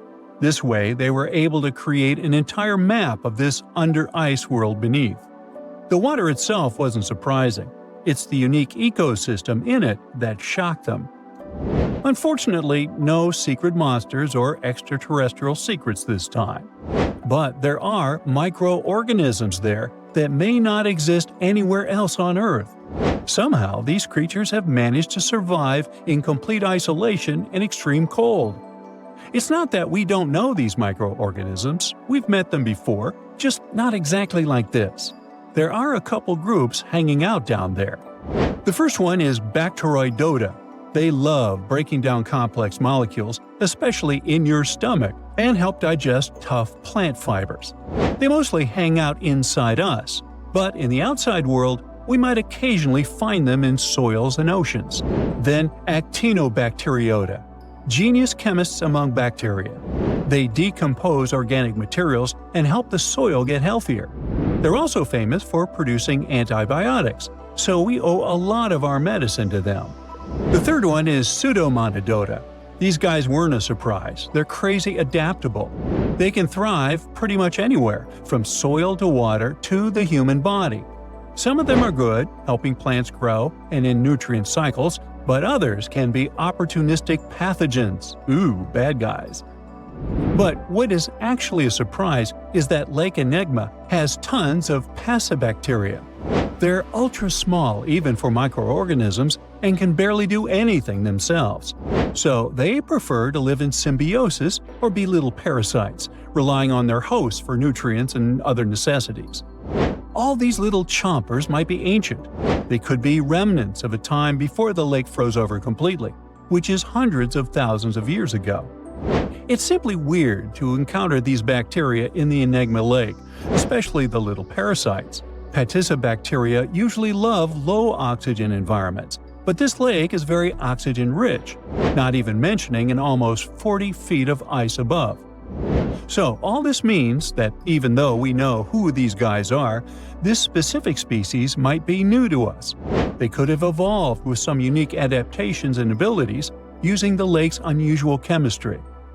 They probably rely on a super simple and delicate food web.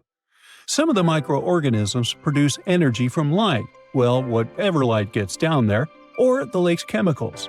The symbiosis guys most likely survive by living on or inside their neighbors. Yep, these microscopic creatures hunt each other. Nope, things can't be peaceful even in a place like that. If we find out what their secret to survival is, we might learn more about chemistry, medicine, and even extraterrestrial life. Because if life can endure such extreme conditions, then it can probably appear pretty much anywhere, including our closest neighbors, Europa or Enceladus, the moons of Jupiter and Saturn. They definitely hide oceans beneath their frozen surfaces, and now there's a very high chance there might be some life there. Antarctica must be the closest thing we have to extraterrestrial exploration before we actually land on other planets. It's full of hidden mysteries and surprising creatures. Even outside of Lake Enigma, the South Pole harbors life. Just take the McMurdo Dry Valleys, which are often referred to as Earthly Mars. These are among the most mysterious and extreme places on our planet. They're stretching across Victoria Land in Antarctica, and this is one of the driest places on Earth. Makes sense if you remember the name. Surprisingly, unlike other parts of the South Pole, this land is almost entirely devoid of snow and ice, just lots of super cold ground. There might even be some sand dunes nestled here and there between the rugged mountains. The ground is mostly covered in loose gravel, scattered with ancient rocks made of granite, and something interesting called gneiss, just spelled differently. It's the type of rock that's been through a lot, literally.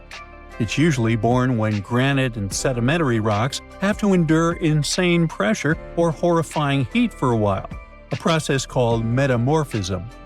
These conditions are so intense that they literally rearrange the minerals into layers. That's why gneiss has such beautiful foliated looks. It's the planet's version of baking a layered cake. It's amazing because this place is almost exactly the way it was millions of years ago. These valleys are frozen in time, and they give us a little glimpse into Earth's distant past. And that includes life. Once again, local winds are absolutely terrifying gusts of cold air racing downhill, and they evaporate snow faster than it can even melt. So, logically, you shouldn't find much water here, not even mentioning life. But somehow, you can still stumble across frozen lakes and saline ponds in the dry valleys. And local life stretches all reason and our understanding of biology. It exists inside the rocks themselves. Microorganisms are hidden in slightly moist cracks and crevices. Deep inside, there's endolithic bacteria. These guys are super chill. Instead of moving around like other microorganisms, they always stay put inside their little rocky homes. How do they survive? Through photosynthesis. Just like plants, they take teeny tiny parts of light that gets in crevices and acts like little solar panels, getting energy from the sun. Meanwhile, in another place, beneath the Taylor Glacier, there's bacteria that literally doesn't eat anything. Not comfort, not sunlight, not even oxygen. These guys rely on a diet of dusty rocks and sulfur to fuel their weird metabolisms. By breaking down sulfur and iron, they get energy to sustain themselves. This way, they easily survive in deep seas at sub-freezing temperatures, completely cut off from sunlight, oxygen, and the world itself. This place is fascinating for both its life and the lack of it. In some parts of the valleys, like University Valley, yes, that's what it's called, the permafrost is so harsh that no microbes were found at all. This might be one of the only places on Earth where life appears to be completely absent, a quite scary idea. Anyway, now scientists are thinking about learning more about Lake Enigma and drilling this Mars-like environment, exactly for that reason, to see how we could get samples from Mars in the future. Winds howled, snow swirled everywhere, and visibility dropped to almost zero. 17 climbers were trapped on top of Mount Everest, running out of oxygen. Did they have a chance to survive? And why would that day go down in history as the 1996 Mount Everest disaster? At the end of March that year, a team of 18 people led to the top by Rob Hall came together in Kathmandu, Nepal. The very next day, they began their 9-day-long hike along the Himalayan paths. By April 9th, they finally reached base camp, which is the starting point for climbing Mount Everest. The journey wasn't easy, and many team members got sick on the way from the altitude. At the same time, another climber, Scott Fisher, was leading his team of 19 people to base camp. When both teams arrived there, they started exercising and learned how to breathe where there wouldn't be much oxygen. On Rob's team, one climber got frostbite on some of his toes, and his throat froze, making it hard for him to talk. On Scott's team, one man had trouble breathing even while at base camp, so he had to use bottled oxygen there. Another severe problem happened with one of Scott's Sherpas. Those guys work as guides and porters for climbers in the Himalayas. They can carry loads up to 2 times as heavy as their own weight up and down the mountain.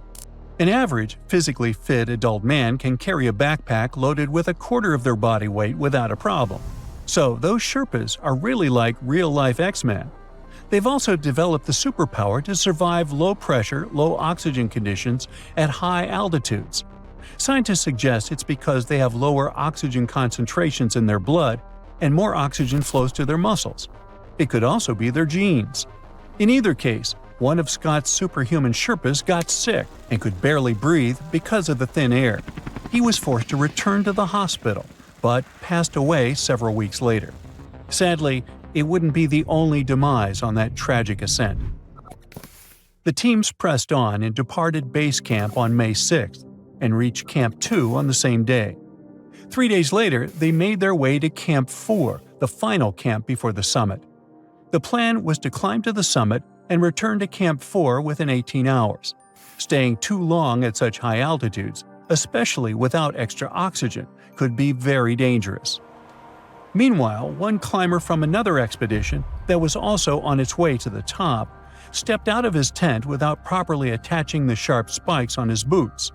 Without them, he slipped and fell into a deep crack in the ice on a steep part of the mountain. But after he was rescued, he still decided to climb down the mountain the next day and didn't survive. At that point, the teams were in the zone where there isn't enough oxygen in the air, so it's hard for the human body to survive. Some climbers from the groups met another team who were heading back down the mountain. They told them it was too dangerous to push on because of bad weather, but no one listened to the warning. At midnight on May 10th, climbers from different groups started their journey to the top. Each of them carried 2 extra oxygen tanks, but they knew the oxygen would run out by 5 p.m., so they had to climb up and get back down quickly. The Sherpas who helped set up safety ropes were delayed, so the climbers had to wait for an hour on the steep slopes. Some climbers were less experienced, which slowed the entire group down. The leader of the first group, Rob Hall, had told everyone to turn back by 1 or 2 p.m., whether they made it to the summit or not. Around 1 p.m., the first group of climbers reached the top of Mount Everest. Many climbers didn't turn around at the planned 2 p.m. deadline. Scott Fisher let his team keep going until after 3 p.m. Rob Hall and one of his climbers, Doug Hansen, didn't make it to the top until 4 p.m., far too late to start heading back safely. By then, the weather was getting worse. By 3:30 p.m., a storm began rolling in, and by 6 p.m., it had become a full blizzard. Some climbers got back to camp safely, but by 10 p.m., half of the group was still stuck in the storm. One group was stranded at 27,000 feet, just 200 feet from Camp 4. The blizzard made it impossible to see, so they decided to huddle together and wait for the storm to pass. Rob Hall and Doug Hansen were stuck near a steep, icy section called Hillary Step. Hansen collapsed, and Hall stayed with him. Hansen's body was never found. Later, Sherpas found the bodies of other climbers at different altitudes on the mountain. The disaster took 8 lives in total and injured others. It was the highest number of fatalities within 24 hours on Mount Everest. 5 years after that, the mighty Everest did everything to stop Marco Sevridi from being the first person to snowboard all the way down its summit. The route he chose for the descent didn't have enough snow, so the French mountaineer and snowboarder had to choose another one. After just 660 feet of the journey, a fastening strap on his snowboard broke because of the cold. A Sherpa helped him to repair it, and he finished the descent to 21,000 feet in 2 hours. The next year, Marco came back to repeat his success on a different slope of Everest. It was August, so it was kinda late in the season, but it didn't stop him. Marco reached the summit with 3 Sherpas on the 8th of September. He was really tired by then, and the weather was changing, so his guides told him not to go. But he didn't listen. The Sherpas lost sight of him several times.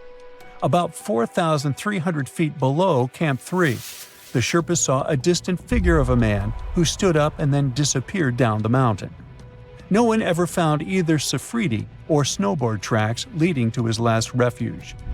But we might still hear about Marco, as it sometimes takes about 100 years to find traces of someone who was lost on Everest. On June 8, 1924, Andrew Sandy Irvine and George Mallory set out to do something no one had ever done before: reach the top of Mount Everest. But something went wrong, and the 2 men vanished in the icy heights. No one knew if they had made it to the summit before disappearing. If they had succeeded, they would have beaten the first ascent record that was set only 29 years later In 1999, climbers found Mallory's body on the mountain. But then, for some reason, the body mysteriously disappeared. Climbers couldn't locate it with drones or cameras, even though they had the exact coordinates of the spot. It looks like someone moved it, but no one knows why. Then one day in September 2024, a team working on a National Geographic documentary spotted something unusual: a boot sticking out of the ice on a glacier far below the steep north face of Everest. The leather looked old and cracked, and the steel hobnails on the sole were from a time long ago. Inside the boot, they found a sock with a red label stitched inside. It said A.C. Irvine, confirming that these were Sandy Irvine's remains. A few days earlier, while hiking down the central Rongbuk Glacier, the team had discovered an old oxygen bottle from 1933. That bottle wasn't connected to Mallory and Irvine's climb, but it helped the team figure out where objects and bodies might fall if someone slipped down the mountain. Irvine had carried a small Kodak camera during the climb, and many believe the photos inside it might hold the answer to the biggest question: had they reached the summit before they passed away? Members of Irvine's family have offered DNA samples to confirm his identity. Hey, we landed on the moon. We sailed around the world. Romeo met Juliet. Hey, it's hard to imagine that there are creatures out there who saw it all happen. Immortal animals. Well, almost. Glass sponges are weird little creatures that sit in one place for thousands of years. From their favorite spot under the sea, they witnessed the first Europeans crossing over to the Americas. They can live up to 15,000 years. And what's even cooler is that they can control their aging process, speed it up or slow it down. They have a glass-like exoskeleton for protection. Lobsters can grow back a limb if they lose it, and they're basically immortal. They produce an unlimited number of enzymes that keeps their DNA young forever, and they just keep on growing. That means they outgrow their own shells. They have to shed their exoskeleton every now and then and upgrade to a bigger one. The largest lobster ever caught was 44 pounds off the coast of Nova Scotia. Scientists think this large lobster was around 100 years old. It was around when Edison invented the phonograph. This next creature is a mix between a jellyfish and a tree branch. Each end of the hydra has a ringed foot, and it spends its days chilling by lakes and rivers. Its tentacles grab onto tasty snacks that swim past it. So, what's the secret to its immortality? That's something everyone wants to know. The hydra has the ability to renew its stem cells. Scientists have been trying to do that for years. They can actually slow down their aging process. Now, these little sea creatures are red sea urchins. They sit on seaweed in shallow waters and are immortal. Well, we haven't been studying them long enough to know for sure. But scientists say they only grow in size, not in age. What? Well, they sort of stay like little baby urchins, but grow in size. Adult, baby urchin, okay. These little babies can reach around 100 years old, even 200. The slowest on the list? The giant tortoise. It can reach 200 years old. And one of the oldest is Jonathan. He's technically the oldest crawling land animal. He was born in 1832 and lives it up on a remote island called St. Helena. Jonathan's been through a lot. He's seen the very first American skyscraper, the Eiffel Tower. Oh yeah, he's also lived through every single World Series, starting when he was 71 years old. Now he can't see too well and he's lost his sense of smell, but he's still going strong. Back to the oceans and the Greenland shark.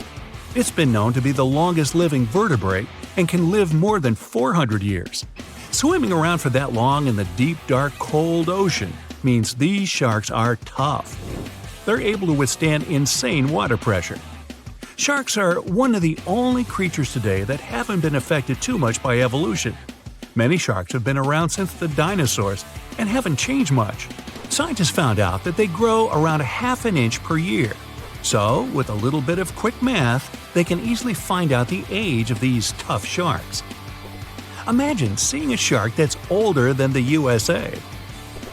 This next creature is probably the most durable, indestructible, and cutest on the list. It's called a tardigrade, but scientists nickname it water bear because I guess it looks like one. But it's not exactly bear size. It has 8 legs and hands with a strange little nose. And these bizarre microscopic creatures are indestructible. They're known to live in the most extreme places on the planet. They're fine with temperatures as high as 300 and as low as minus 330. Volcanoes, frozen desert nights, they can even handle radiation and massive amounts of pressure in the deepest parts of the ocean. They can even survive the vacuum in space. No tiny little spacesuit or anything. Yeah, that would be cute enough. So far, they've survived 10 days on the outside of a spaceship, but they could probably do longer. Tardigrades might be able to outlive humans if there's some sort of worldwide catastrophe. Microscopic organisms in charge of the planet. Wonder what that would look like. Whether it's all the volcanoes erupting at once, or another ice age, or even another pesky asteroid. Tardigrades probably wouldn't even notice. Scientists are studying them to see if they can help us with some next-level biotech. Now, just for fun, here's the mayfly. This poor little insect doesn't even make it past 24 hours on average. Females and males can make it to a whopping 2 days old. Talk about living in the moment. These little flies grow in swarms and are known to have one of the shortest lifespans of any creature. But as a species, well, they've been around for hundreds of millions of years. Jellyfish have discovered the fountain of youth, and surprise, surprise, it's been inside them all along. Not inspirational poster style, but literally, it's always been inside them. Jellyfish are able to reverse their aging process whenever they want. Imagine you're swimming along and then you think to yourself, gee, I kinda want to be 8 again. And poof, there you are. Who wouldn't want to go back to being 8? That's how jellyfish stay young and live stress-free. These brainless and boneless creatures can turn the clock back anytime they want, as long as no one bothers them. They're super chill, just floating in whatever direction the current takes them. Like, go with the flow? This creature looks like something right out of a sci-fi movie, and you could say it has sort of alien features. The giant weta outweighs a mouse and is considered one of the biggest insects out there. You find these big bugs in New Zealand. While jellyfish can reverse their aging process, some members of the weta family can come back to life. Talk about superpowers. If they get completely frozen, they start to make special proteins that stop their organs from getting ruined.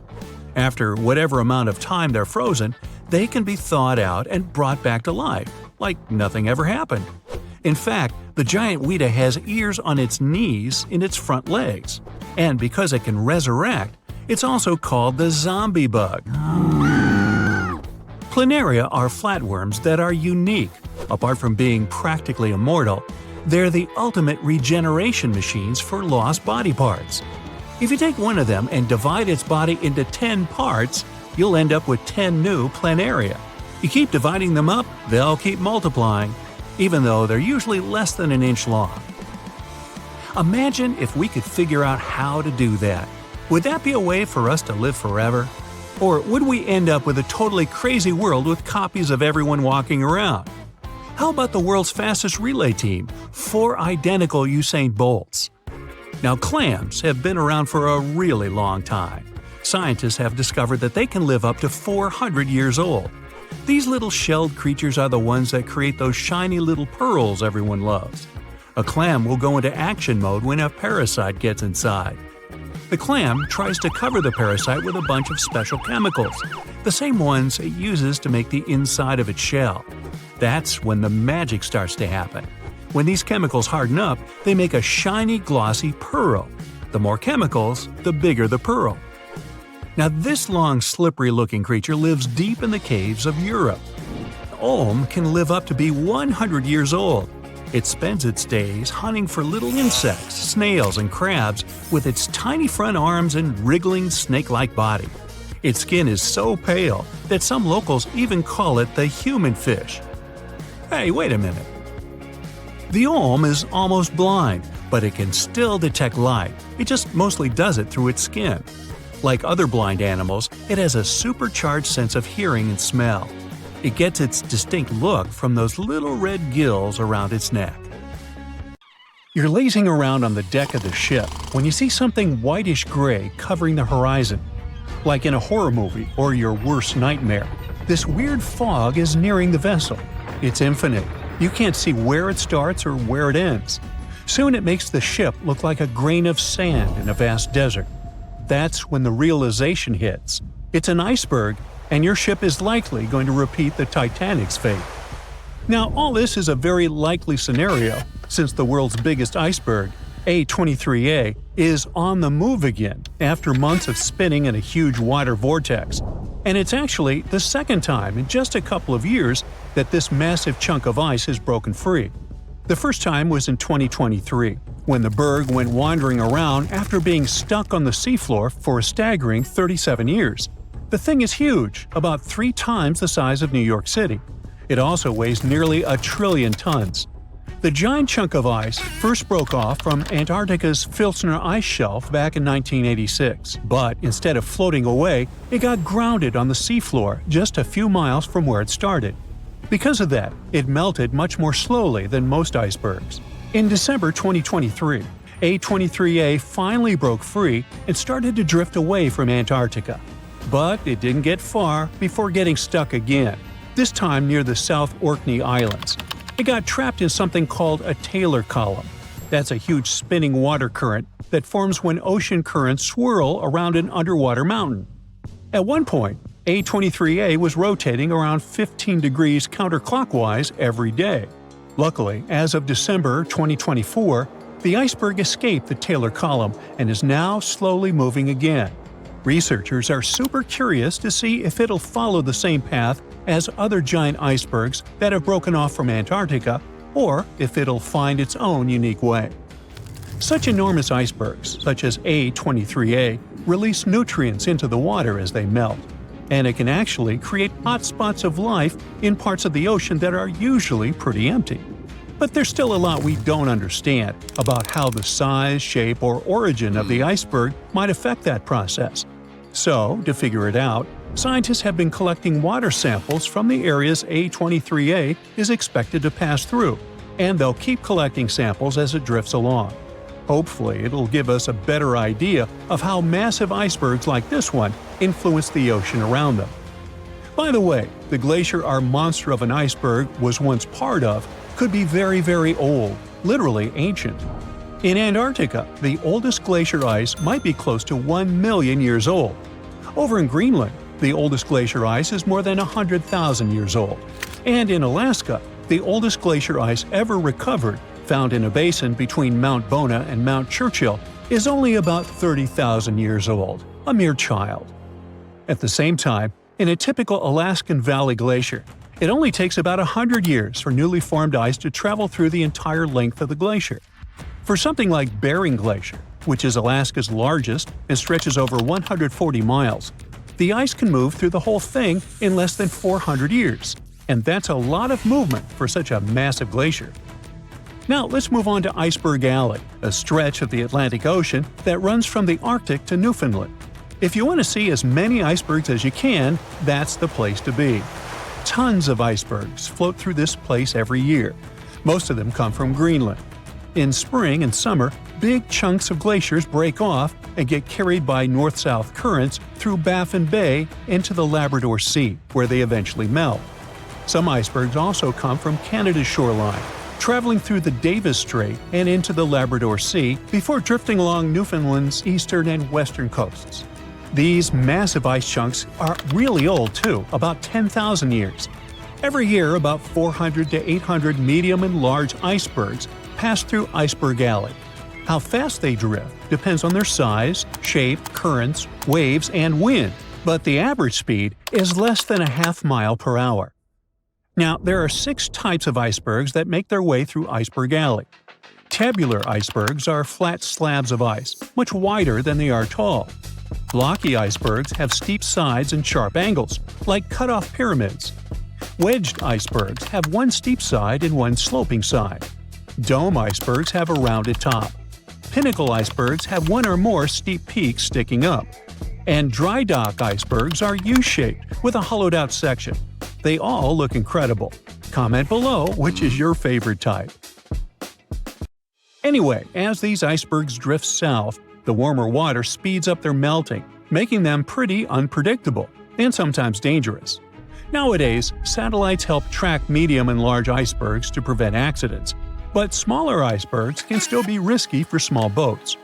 One iceberg made headlines in 2018 when it got unusually close to the Newfoundland village of Fairyland. Pictures of the giant iceberg towering over the village's houses went viral. It got stuck in a 330-foot deep water, which turned out to be too shallow for its massive size. And now I'll take you on an unusual journey to the past to witness the birth of something beautiful and equally disastrous. Its very existence led to one of the greatest tragedies in history. Watch, an enormous chunk of ice is breaking off a glacier in southwest Greenland. It's made of snow that fell over 100,000 years ago, when mammoths were still wandering around the planet. The enormous iceberg starts its long journey.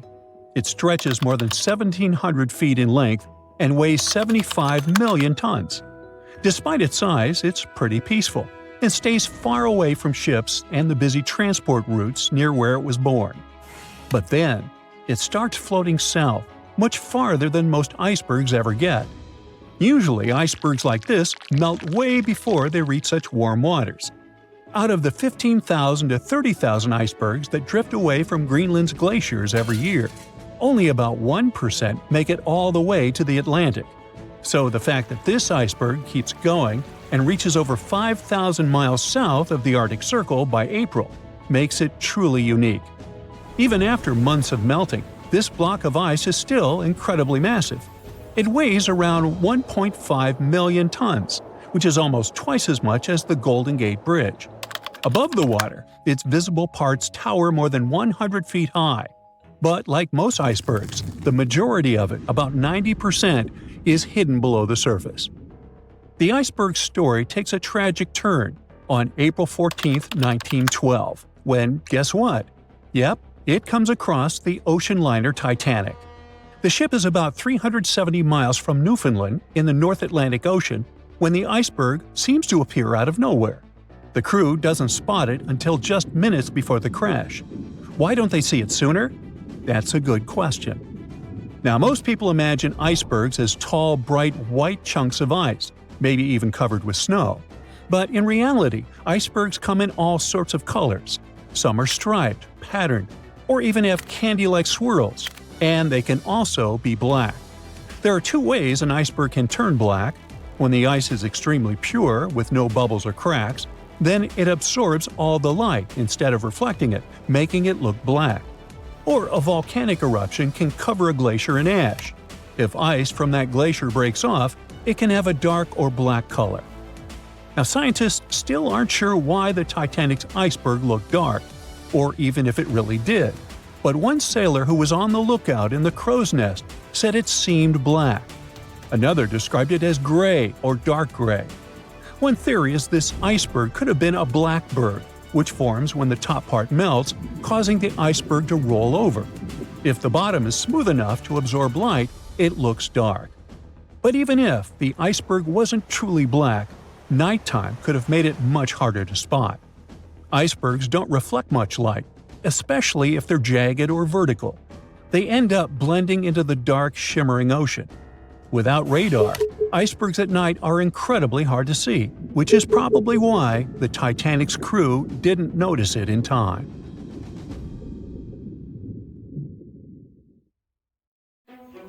Currently, there are approximately 20 billion animals inhabiting our world.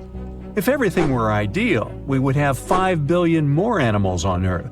But many species have gone extinct, and around 44,000 species are currently in danger. The largest, most recent mass extinction event in history occurred during the Dinosaur era, leading to the eradication of 75% of species on Earth. The Tulachi wallaby is a long-lost relative of today's kangaroo, but they had a hidden superpower, night vision. That's why they were mostly active at night. They were 3 feet tall and fed on grass, fruit leaves, and other plants. Wallabies lived in grassy areas near swamps and other water bodies, but not for long. By the 19th century, their numbers had gone down, bringing them to the edge of extinction. Only 14 wallabies had been left in the wild by 1920. A rescue mission was launched. They tried to capture the last 14 animals to protect them. But the situation got out of control and 10 wallabies lost their lives. The 4 remaining ones were transferred to a special facility, and in 1935, the last animal passed away. Only one picture of the Talachi wallaby is left now. There were reports of the animal's sightings after that, but no proof was shown, and the creature was officially declared extinct in the 70s. Short-faced bears were a unique species that lived in North America, particularly Alaska.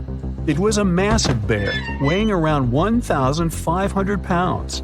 When standing on its hind legs, it was around 12 feet tall, a whole foot taller than today's biggest beast in this family, the polar bear. This animal was different from today's bears because almost all of them are omnivores, except for polar bears. But this monster was solely carnivorous, which was the reason for their extinction. During the end of the Ice Age, many herbivores were gone, and those bears did not have enough food to survive. They were the Usain Bolt of the bear world, the fastest Bruins to have ever lived, reaching a top speed of 40 miles per hour, which is 5 miles faster than grizzlies. There are around 400 million pigeons in the world now. Some time ago, in America, a species of birds called passenger pigeons were abundant throughout the country, especially in the eastern forests. There were more than 1 billion of them, but they went from 1 billion to 0 in a few years. They had small heads and necks, but long tails and wings and strong breast muscles that allowed them to fly super long distances. The last passenger pigeon passed away in captivity in 1914. It was named Martha. With that, the ecosystem in the U.S. has never seen this bird again. Now, elks are enormous animals, but they look tiny when you compare them to long-gone Irish elks. That elk was around 7 feet tall at the shoulder with a humongous antler of 12 feet. Today, elk are only 4.5 feet tall at the shoulder and have around 4-foot-long antlers. Despite its name, this elk was found all over the world, from Asia to Europe. It got its name because, in Ireland near Dublin, researchers found a perfectly preserved specimen. Since then, it's been called the Irish elk. The last one passed away in Ireland. The main reason for their disappearance was their inability to adapt to changes. When the Ice Age ended, the elk could not survive and became extinct. Now, somewhere deep in the forests of Costa Rica lives the interesting-looking golden toad. It was discovered in 1966 in one particular spot where all toads would gather to mate. In 1967, a large population of this golden nugget was noted in that same spot. But the following year, only 10 to 11 toads were seen, and the year after that, in 1968, only one lonely male toad showed up at the spot. For years, there were searches for golden toads. In 2004, the toads were officially declared extinct. Humans were not responsible this time. The drought in the area in the 80s had a significant impact on the toads. Still, the last straw was the arrival of a new fungal species that caused the animal's skin to thicken, eventually leading to the toad passing away. This chytrid fungus is responsible for the extinction of more than 90 frog and amphibian species, becoming one of the biggest threats to their lives. Now, Canada is a very cold country, no surprise there, and nobody would expect tropical birds like parrots to live there. However, there was a parrot species that lived in America and some parts of Canada. I'm talking about the Carolina parakeet.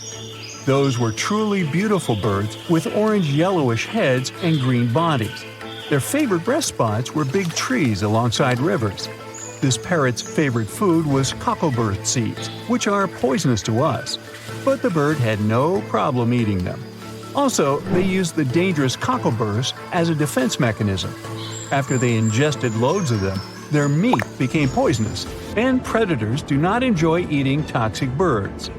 Carolina parakeets were abundant. There were millions of them. But since the Ice Age, their numbers had been gradually going down because of natural reasons, mainly temperature. By 1935, no such parakeets were left in the wild. Today's African lion had a much more prominent and notorious cousin, the Barbary lion. Those cats were mentioned in many famous old books.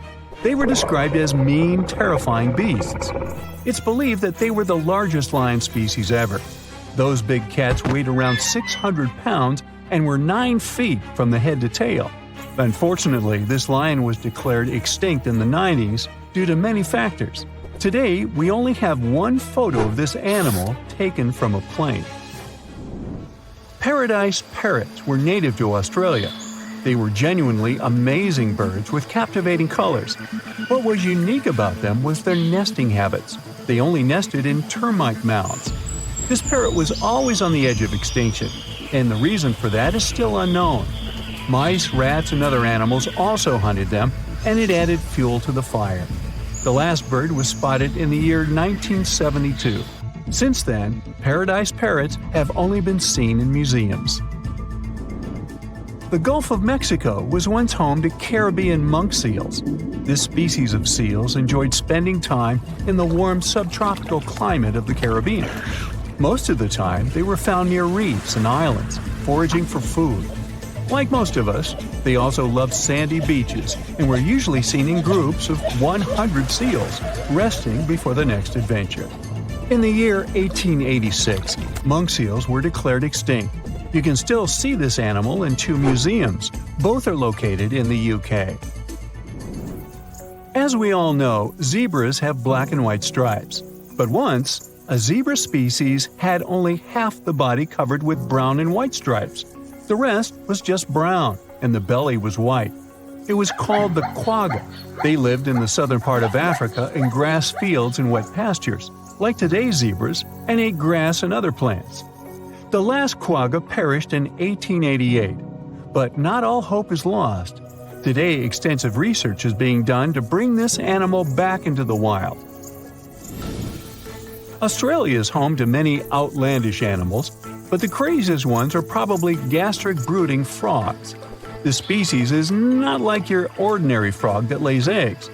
They hatch their young inside their stomach and give birth by vomiting around 25 fully formed young frogs. Sometimes their stomach becomes so bloated that they have to breathe through their skin. 2 species of this frog were discovered in the northern and southern parts of Australia in the 1970s by Mike Taylor. A decade after their discovery, both species are gone. The main reason for their extinction is the chytrid fungus. Luckily for them, they're also part of a de-extinction program that's putting serious efforts into bringing them back into the wild. The legend goes that a dwarf named Fafnir was famous for his strength and courage. Because of his qualities, he was tasked with protecting their kingdom. Dwarves were known to gather a lot of wealth, so a bit of added security was a must. I mean, they lived in a house made from gold and precious gems. But Fafnir also had another special talent. He was able to shapeshift. Tricked by Loki, the Norse spirit of mischief, Fafnir was taken over by his greed and the shine of his father's treasure. He decided he did not want to share any of it, not even with his father or his brothers. He stole it and ran away all by himself to a place he'd be hard to find, the middle of the desert. To protect his wealth, Fafnir transformed into a huge dragon. His new appearance looked like a huge snake, powerful and scary. His magical powers did not end there, though. Because the dragon couldn't fly, he also spread poison all around his new home, so no one had a chance to survive if they wanted to take his gold away. Fafnir was soon defeated by a young hero named Sigurd. The legend of Fafnir tries to explain why family is more important than greed. It also shows the many magical powers dragons possess. But the most interesting part is that it's quite a good example of how dragons came to be in our tales. But hey, this is just one of the many stories mentioning dragons. Just switch on your TV or peek into any bookstore, and you'll surely stumble upon dragons somewhere. Variations of dragon-like creatures have been described in stories from all over the world, from Asia to Northern Europe. Most of these creatures are depicted with reptile-like bodies, wings, and claws. And the scariest trait of them all, they can breathe fire out of their mouths. The name of these creatures comes from the Latin word draconum, which translates to huge serpent. But let's take a trip down memory lane to see how it all started. An Asian historian, for example, discovered some fossils back in the 4th century BCE and decided that he'd stumbled upon dragons. It's easy to understand why he got so confused if you look at a fossilized stegosaurus. It was 30 feet long, 14 feet tall, and covered in armored plates and spikes. The Nile crocodile might have gotten mistaken for a dragon too. It still exists today and lives in sub-Saharan Africa. But it may have been more popular in ancient times. When reaching maturity, Nile crocodiles can grow up to 18 feet long. But that's not all. It can even walk with its body off the ground, and some were even pictured standing on their 2 back legs. Goannas are dragon-like lizards that live in Australia. Large as they are, they also have razor-sharp teeth and claws, and are also known to even produce venom. It's easy to see why goannas may be the source for the Australian version of dragons. When humans first discovered whale bones back in the day, we had no idea these animals lived in the sea. Given their size, we surely must have thought they were dangerous. And because we rarely see whales, if we don't go underwater of course, they were poorly understood and easily mistaken for dragons too. Probably the most interesting source of dragon mythology is actually the human brain. In a book called An Instinct for Dragons, there was a theory which claimed that dragons existed in almost all ancient cultures because we had evolved to fear large predators to survive. We aren't the only mammals to do this. Monkeys have an innate fear of snakes and large cats too, for example. When you combine these natural traits with folklore, you get a lot of dragon stories everywhere, adapted to each region. Reptilian beasts with magical powers date back as far as the origins of human civilization itself. I'm talking about ancient Mesopotamia. Humans back then used to believe in all sorts of creatures, but their head spirit was Marduk, the patron of the city of Babylon. If you look at the artwork from back then, Marduk was depicted with a snake-like dragon at his side. It could be either nice or vengeful, depending on what mood it was in. If you want to sign up to become a dragon, the first thing they'll ask you at the interview will be if you can breathe fire, of course. So scientists have tried to look into some ways that could make it real for dragons to breathe out fire without damaging their throats. To do that, they examined the bombardier beetle. This eccentric insect can pack up some really hot substances in its belly. Once the creature gets bothered by something, it shoots out a fiery load of chemicals. In all fairness, it's not really fire, but it does burn, so it's close enough. Going back to dragons, they'd need to have similar glands in their throats to produce the same effect. But where do dragons come from? They didn't just appear out of nowhere, regardless of the source you consult. Some tales, like that of Fafnir, say that even humans can turn into dragons. But the most popular theory is that dragons start out as eggs. Some sources even draft a series of stages a dragon has to go through during its life. Everything starts with hatching. Dragons are said to eat their way out of those shells and break the sides of the egg. Then there's the wormling stage, which is what dragon specialists, or dragonologists if you like, call a newly hatched dragon. It's still small and weak, but don't worry, it can take care of itself pretty well. The rest of a dragon's life stages are pretty self-explanatory. There are grown-up dragons, then ancient ones. A dragon's life ends when it reaches the twilight stage. Some sources claim dragons never stopped growing. Others even say they never reach the end of their lives. They just pass on to another type of spiritual existence. Dragons are known to be the symbol of a lot of different things. But that all depends on their origin. In some regions of Asia, they are known to bring luck, power, and wealth. To become a powerful warrior in Britain, you'd need to first defeat a dragon. That's why you often see them on flags. The flag of Wales, for example, has a large red dragon on a green and white background. Western stories aren't as nice to dragons. They are often seen as evil and vengeful. Another myth associated with dragons is that they love gold and precious stones. This greedy side of their temperament seems to date back to ancient Greece, where dragons were tasked with guarding treasures. Some of these guarding dragons were seen in such tales as The Hobbit and in the Harry Potter series. As for dragons' magical abilities, they also vary a lot. Some were said to have blood with supernatural properties. Some were rumored to be able to speak. Others were famous for their wisdom. A lot of dragons in ancient literature could fly or shapeshift, even into humans. Some real-life creatures got their names thanks to bearing a resemblance to dragons, like the dragonfly that has more than 5,000 subspecies we know about. It got its name from folklore tales, as Europeans in the Middle Ages saw it as an evil insect.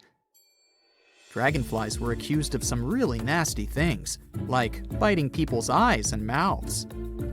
But the creature that resembles mythical dragons most is a reptile called the flying dragon. They're seen in wooded areas of Southeast Asia. They don't really have wings per se, but parts of their ribs are elongated to support some extra skin that allows them to leap through the air between trees. Those wings are also brightly colored and contrast with their brown bodies. Today, I'm going to tell you about creatures that had unique features which allowed them to grow to incredible sizes. They were some of the most impressive animals to have ever existed on our planet. The Argentinosaurus is a genus of sauropod dinosaurs that lived approximately 97 million years ago in what is now South America. Scientists think it was one of the largest land animals ever, with a length of up to 100 feet and a weight of up to 100 tons. A farmer stumbled upon a giant leg bone while tending his cattle. That's how he discovered the first fossils of the Argentinosaurus in Argentina in 1987. Further excavations uncovered more bones, revealing a massive dinosaur that would have dwarfed most other animals of its time. The Spinosaurus, meaning spine lizard, is a genus of theropod dinosaur that lived around 97 million years ago in what is now North Africa. It is believed to be one of the largest carnivorous dinosaurs to ever exist, with a length of up to 60 feet and a weight of up to 23 tons. The Spinosaurus is known for its distinctive elongated sail-like structure on its back. It was likely used for thermoregulation. It also had long crocodile-like jaws that were lined with sharp teeth. This allowed the creature to catch and eat large prey, such as fish, crocodiles, and other dinosaurs. The first fossils of the Spinosaurus were discovered in Egypt in 1912. The sperm whale, Physeter macrocephalus, is a species of toothed whale that is the largest toothed predator on Earth.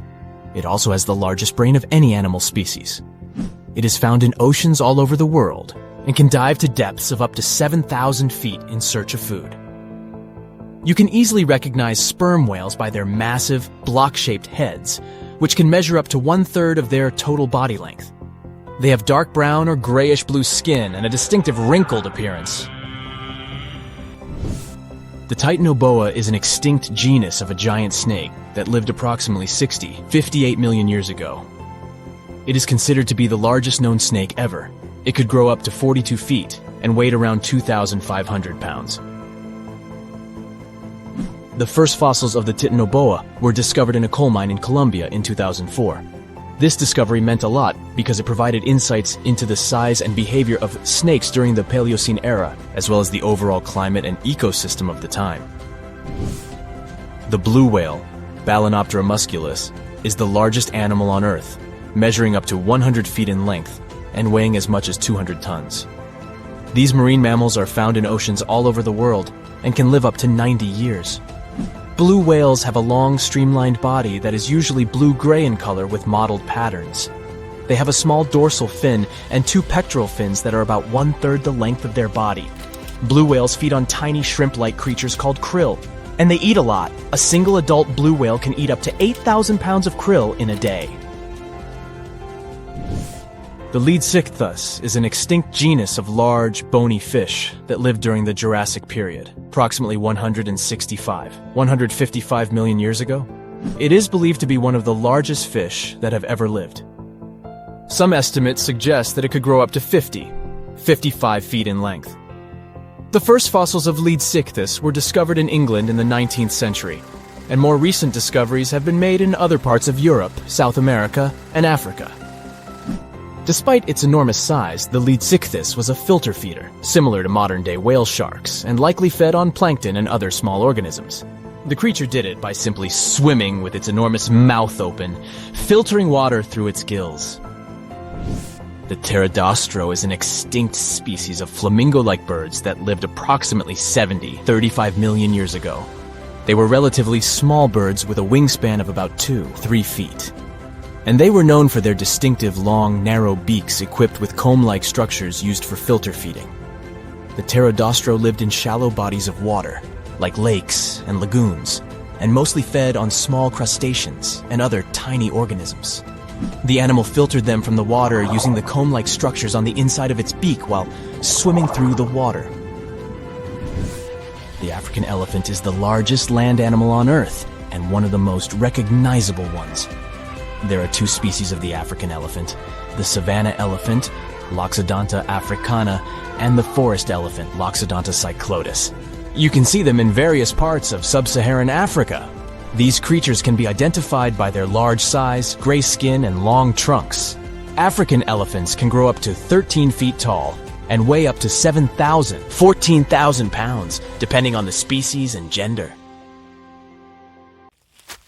Psst, run! Really, it's not safe out there. There's a saber-toothed tiger lurking around. You better be careful.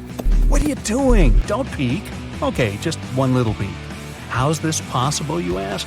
That's because you're in virtual reality, of course. These cool but very dangerous-looking big cats were alive during the last ice age. What if they decided to show up at your doorstep out of nowhere? Knock knock, a saber-toothed tiger is waiting for you to buy its cookies. Meanwhile, the coelacanth, this massive-looking fish, comes from a lineage that's been around for over 300 million years. We thought they didn't exist anymore until 1938, that is, when a live coelacanth was found again. Since then, they've been roaming the waters of the east coast of Africa and the waters of Sulawesi, Indonesia. Man, I wouldn't want to go for a swim and meet one of these fellas face to face. Their jaw has an intercranial joint, which means their mouth opens up by a lot. This is so they can eat large prey, like me. Not good. They're huge, too. Imagine a fish that's as long as you're tall and weighing as much as an average human. The takahe, a flightless bird, was thought to be gone in the year 1898. They're very cute, small and multicolored, usually not taller than your knee.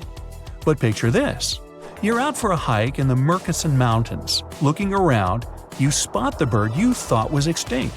But there they are, as happy as ever, surviving and chilling. Whole colonies of takahes was indeed found just 50 years after they were pronounced extinct. Good job, tiny little birds. A singing dog. Ever heard of those? Riley does sing sometimes when he's bored or hungry, but these are real performers. New Guinea singing dogs. They've been only recently discovered again in the wild for the first time in 50 years. Still, they were never completely extinct to begin with. New Guineans made sure they were safe next to them. But in the wild, very rare and hard to catch a sight of. Look, there goes one. The New Guinea singing dogs are called so because of their famous high-pitched singing. They sometimes sing together, too. A dog choir of sorts, where they all howl together. I bet they sing better than I do in the shower. Not going far from this area, we have bats, but these ones are sort of different. You see, their ears are enormous. I guess that's why they're called the New Guinea big-eared bats. Clever. The species was found again when one of them was accidentally caught in a bat trap. Until then, I guess they were playing hide and seek with us, because up till 1890, they had been thought to be gone. They're still not out of the danger zone because of habitat loss. Imagine you discover a fossil of a species you thought had been extinct for a long time, yet 2 years later, a whole living group of said species is found. Well, this is exactly what happened in 1977 with the Majorcan midwife toad. It's sort of brownish in color with darker brown that makes up its skin spots. Other than that, it's just a small toad with googly eyes. The group of live toads was found close to where the fossil was, on the island of Majorca. There aren't many of them left, about 500 in fact, and as of right now, they're declared vulnerable by the International Union for Conservation of Nature. Now, are you a fan of tortoises? You will be when you take a look at this huge beauty. It's called the Ferdinanda Island Galapagos tortoise. It hasn't been seen since 1906, but on February 17, 2019, we were finally able to look at one of these beautiful creatures. It's probably out there with a few of its mates right now, but they also don't allow themselves to be seen. We only know they exist because there's a few tracks and scents. With yet another frog, we have the horned marsupial frog. They're out and about in Ecuador, in the Chocó forest to be more specific. They're called this way because of their distinctive horns directly on top of their eyes. You know the pouch kangaroos use to carry their offspring? Well, the female horned marsupial frog also has that, except it's on the back, so it acts as sort of a backpack. They develop their embryos there, and when they're ready to come out, they hatch as complete infants, unlike regular frogs where they start out as tadpoles. One more toad, the starry night toad or harlequin toad. They're black and covered with loads of white spots all over them. Lost for 30 years, it was discovered back in 2019. Picture them as big bodyguards, water bodyguards to be exact. Oh, that's a very big toad on your screen. Well, for the Arhuaco people, that's exactly what they are, guardians of water. They also have their own name for them, Guna. Sounds like a cheese. When scientists found them yet again, they came across 30 of these little creatures, but initially, they were expecting only one. Well, what a nice surprise. Here's a tiger for you, although it doesn't quite look like your typical tiger. It's called the Tasmanian tiger, and it seemingly disappeared since 1936. But then, out of nowhere, people started seeing them out there in the wild just 5 years ago in 2016. They sort of resemble dogs more than tigers, or a fox maybe. Just take a look at its muzzle. Maybe even a mix of both. Then, a few others started popping up too. And if you happen to think you're seeing one right in front of you, but you're not quite sure, check if they've got stripes on their back. They're definitely out there, but still technically marked as extinct by the IUCN. Okay, picture a horse that looks straight out of a movie scene. Tiny, gorgeous fur, very well behaved. It's tiny, but it's not a pony. It's a Caspian horse. They have an interesting backstory to them. They were discovered by Louise Leyland, who got married to an aristocrat in 1957. Having moved to Tehran, Iran, she didn't quite like how the horses behaved there, so she took matters into her own hands. She took a few people with her, and off they went to the Caspian Sea mountain. And in there, they found 3 of these beautiful tiny little horses. Well, that's how the story goes. Coming up next, a possum that was found in an unexpected place. Guess where?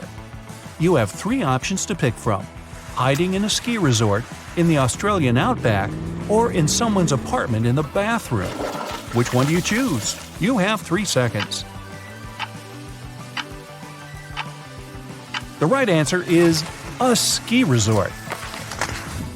Yes, this possum is called the mountain pygmy possum, and it's originating from Australia. So far, there are 3 different living populations of this tiny possum, but it was believed to be extinct until just 1966. There are fewer than 100 of them, so the IUCN has marked them as critically endangered.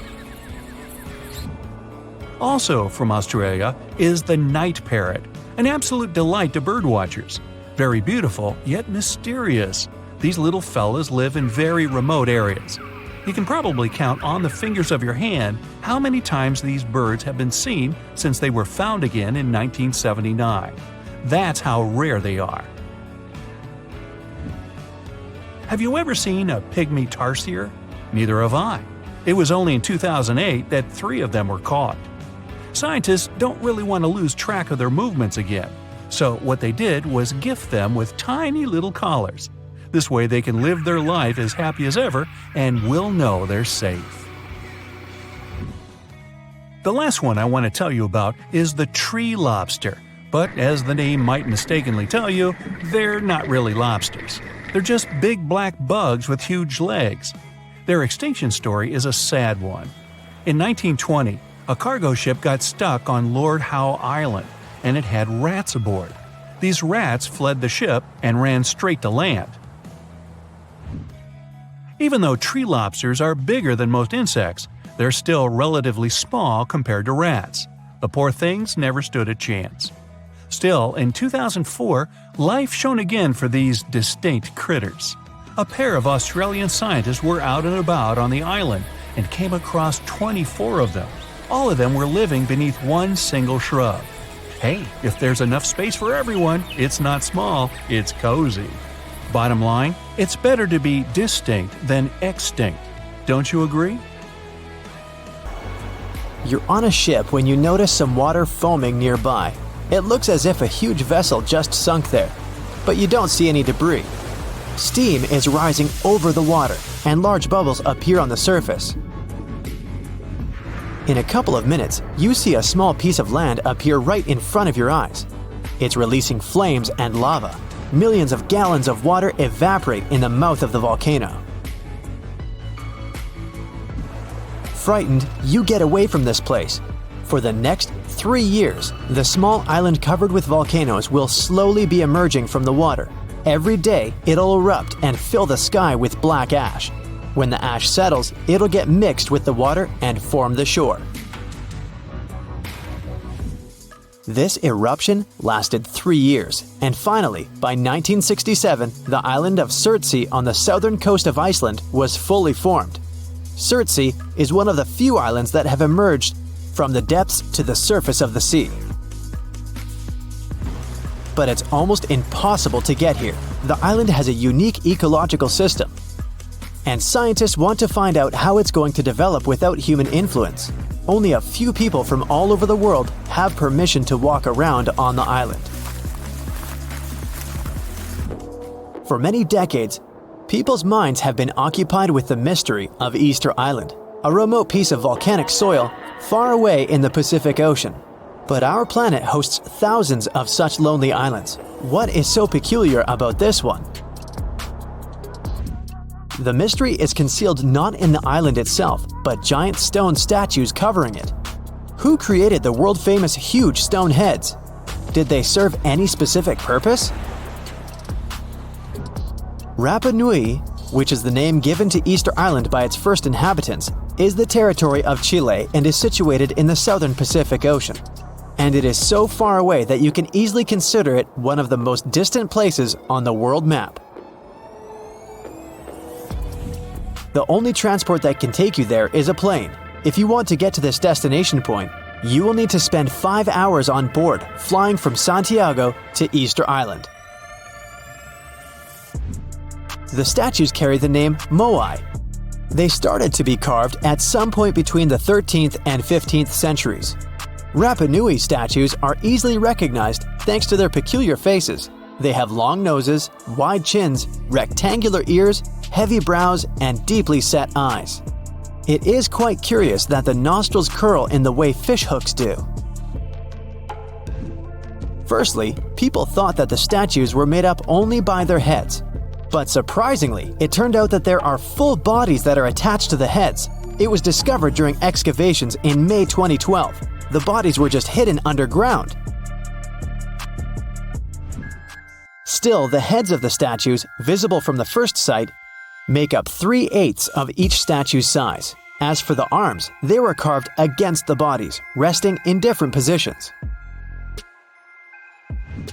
Most statues, 834 out of 887, were carved from the material called tuff, which is, in fact, compressed volcanic ash. Curiously, all the statues except one faced inland. It means their backs are turned to the ocean. Perhaps the reason for that was the belief that the statues were the protectors of the villagers. That's why they overlooked the settlement. The only statues not fitting into this pattern can be found at Ahu Akivi, a sacred place for the people of Rapa Nui. People keep wondering how the statues of such a huge weight have been distributed all around the island. What's more, in 1722, visitors found a small local population between 1,500 and 3,000 people. How could it correlate with the hundreds of statues on the island? The mystery surrounding the way Rapa Nui people could move the statues challenged the researchers, not letting them back off. In the 1980s, some of them decided to recreate a statue and check the possibility of moving it around. Several decades passed, and another group of American scientists proved that the islanders could tie ropes encircling the huge statues and move them with a walking motion. They backed up their theory with practice, moving a full-size replica using this method. Actually, their idea can explain why Rapa Nui folklore states that the statues were walking with the help of magic. It explains the way the statues were transported to their designated places. Our next stop is Brazil, far from the center of Sao Paulo. That's where you can find an island that's almost impossible to get to, but if you succeed, you're unlikely to leave it. It's called Snake Island. There's no other place on the planet with such a high concentration of snakes. They are the only owners of the island, since no other animals can survive among them. The golden lancehead. They are one of the most venomous species in the world. Their venom is very powerful and fast-acting. If you let this reptile bite a raw piece of meat, the place around the bite will start to melt. Count me out. Imagine you're on this island and the snakes don't bite you. The most interesting thing you can find there is an old lighthouse. It's hidden in the dense foliage of trees. People lived on the island a long time ago. Rumor has it that the last keepers were in the lighthouse when the snakes broke in. No one has lived there ever since. How these unique snakes appeared on the island is still a mystery. The most popular legend claims that a pirate came there a long time ago. He hid a treasure somewhere on the island. Then, he left the snakes in the spot where the chest was hidden. The pirate hoped the reptiles would scare people away from his gold coins and jewelry. Since then, a few snakes have managed to increase their population thousands of times. And some of them, reportedly, are wearing jewelry. No, not really. Even if you wanted to get to the island for some reason, the patrol services would stop you. Only a few people in special protective suits can get there to conduct scientific research. Susie gets here on a small boat. As soon as she steps on the ground, she turns on the live broadcast on her phone. She records dolls hanging on trees all over the island. They have different clothes, different sizes, and faces. There are about a dozen creepy toys on every tree. Rain and hot sun deform the toys' faces. They are covered with moss and greenery and have taken eerily scary forms. There are rumors they come to life at night. Wanna check? One of the subscribers writes, "No problem," Susie agrees. The sun is going down below the horizon. Darkness falls on the forest. Susie is wandering among the trees. The moon lights her way. She makes a fire to get warm. At this moment, she hears a strange sound. She notices some movement out of the corner of her eye. The phone turns off. Susie looks up and sees one of the dolls, lit up by the flames, is turning its head in her direction. Susie screams and runs away from this place. Of course, the doll didn't move. You can notice a little bird sitting behind the toy's head. A few days later, Susie found out that one of the Mexico City locals had moved to the island in the 50s and filled it with toys. He collected dolls from landfills and canals around the island. He spent several days decorating every tree. In the beginning, it looked strange and exciting for tourists. Then, as the dolls began to age and rot, this place became more attractive for people. There are several legends about the reasons for his obsession. Okay, Susie's had enough of these mysteries and creepy places. Now she wants to admire something majestic that was created by nature. She arrives in California's Sequoia National Park, where the most giant trees in the world grow. She's looking with an open mouth at the biggest tree in the world, a giant sequoia. Its name is General Sherman, and it's about 2,000 years old. The volume of this tree is almost half the size of an Olympic swimming pool. Despite its age, it's not the oldest one. There are redwoods in the park that appeared 3,000 years ago. And the tallest tree in the world grows here, in California. It's a redwood that belongs to the sequoia family. It's called Hyperion. This is 1/3 of the Eiffel Tower's height. Just imagine what kind of view you can see from the tree's top. Now Susie is on the island of Madagascar. She's going to see unique baobab trees. They look like something has ripped them out of the ground, turned them upside down, and shoved them back in. Baobabs are some of the most beautiful trees in the world. Most of them are here in the Alley of Baobabs, but you can also find them in Australia and South Africa. Their tree trunks resemble sponges. They expand and absorb moisture during the rainy season. Elephants like to drink it. They tear off and chew the trunk's parts to quench their thirst. At night, flowers bloom on the baobabs. They smell like sour milk and attract bats. But the most interesting thing is that the baobab doesn't dry out and doesn't fall like other trees after the end of its life. It crumbles, settles, and leaves a pile of pieces on the ground. What do Paris Hilton and Chris Hemsworth have in common? Well, apparently, they both want to bring animals back to life. But we're not talking about making your favorite pet live forever. Nope. These celebs are actually helping a science company bring back animals that no longer exist, like the mammoth, the Tasmanian tiger, and even the iconic dodo. If everything goes according to plan, these fascinating creatures could be walking among us again by 2028. This groundbreaking effort is led by a company called Colossal Biosciences. At this very moment, they're working on a way to revive the core genes of animals that disappeared from Earth ages ago. The idea is to replicate those genes using DNA from a close, living relative. If that's all Greek to you, don't worry. We'll break it down a bit later. So, the mammoth is one of the animals they plan to bring back, and people are especially hyped about it. These incredible, massive creatures roamed parts of Africa, Europe, Asia, and North America until about 4,000 years ago. Some people might mix them up with modern elephants, but there are some key differences. For starters, they had huge curved tusks that curled inward and were used to dig for food. They also adapted to survive in freezing climates, like having 2 layers of thick fur to keep their blood warm. But mammoths and elephants do have a lot in common. The woolly mammoth shares 99.5% of its genes with its closest relative, the Asian elephant. That's huge because it means that mammoths are genetically closer to Asian elephants than Asian elephants are to African elephants, for example. The company's bold plan is to create a living, walking elephant-mammoth hybrid that looks just like the ones that used to roam the planet. This animal will look like, walk like, and even sound like a woolly mammoth. But most importantly, it'll be able to live in the same ecosystem that the mammoth left behind. If the scientists succeed in bringing back enough of these creatures, one of their big goals is to help restore the Arctic tundra ecosystem. But how do they actually plan to create the mammoth? Here's their plan. First, they need to find well-preserved samples of woolly mammoths in places like Alaska, for example. Then they'll need to sequence the mammoth's genome and the genome of its closest relative, the Asian elephant.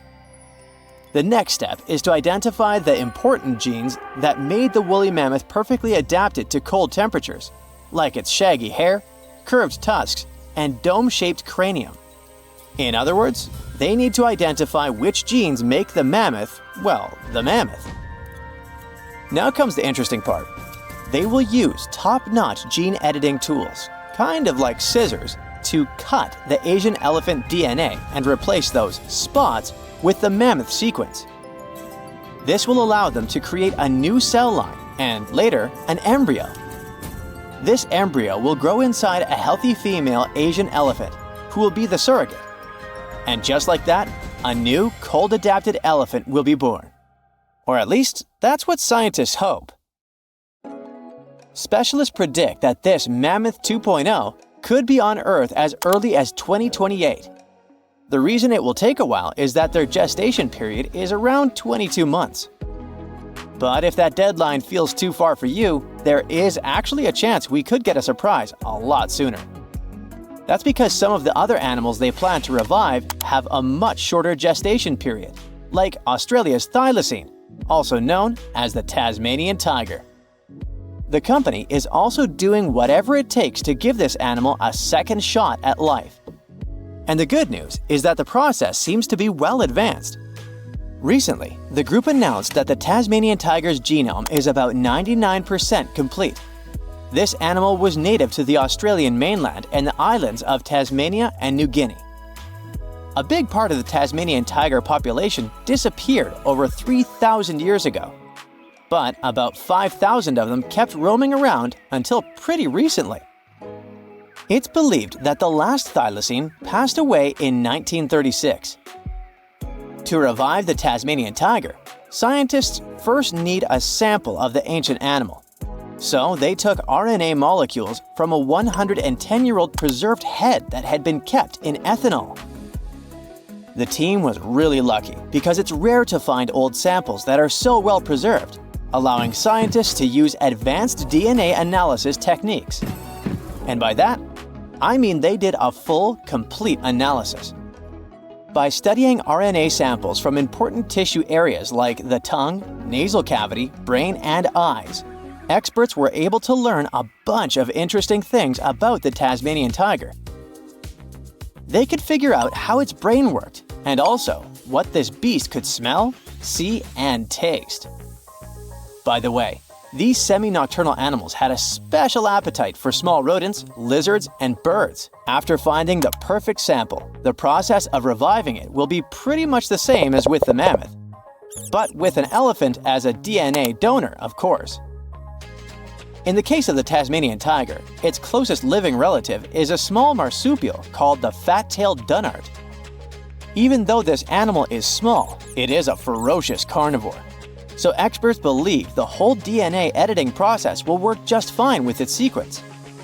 Their goal is to turn a fat-tailed dunnart cell into a thylacine cell.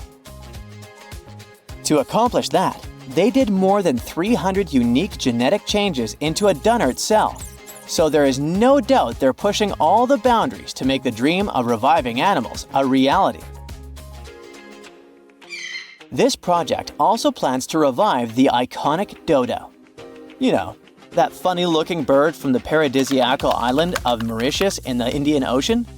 And here, things get a little trickier, since we don't know much about this creature, which has origins that go back about 23 million years. Basically, the only clues we have about what dodos looked like when they were alive come from a handful of drawings, paintings, and written descriptions from the 17th century. But since those pictures are all pretty different from each other, and only a few of them were based on real live dodos, we're still not 100% sure what they actually looked like. And as for how they behaved, well, we don't know much about that either. That's why reviving this long-absent legend will be super interesting and really enlightening. The sample they used to extract an old dodo genome came from a skull in the collection of the Natural History Museum of Denmark. And the dodo's closest living relative, which will provide the host cells, is the Nicobar pigeon, a gray bird with colorful features found in the Andaman and Nicobar Islands in India. If everything goes smoothly, in a couple of years, we might see the fabulous and iconic dodo with our own eyes. Reviving animals might sound impossible, but science and technology together can be a real game changer, not only by protecting today's animals, but also by restoring species that disappeared from the planet long ago. Actually, we've already pulled this off. A wild goat called the bucardo, also known as the Pyrenean ibex, went extinct in the year 2000. But 3 years later, scientists managed to bring it back to life, using a method pretty similar to what we've talked about in this video. It took 57 tries, but one of them finally worked, and a bucardo clone was born. Unfortunately, the animal only lived for 10 minutes. You might think that wasn't a success, but it was actually a huge step forward in the whole animal revival field. Now, specialists can only hope the project to bring back the dodo, the mammoth, and the Tasmanian tiger go a bit better.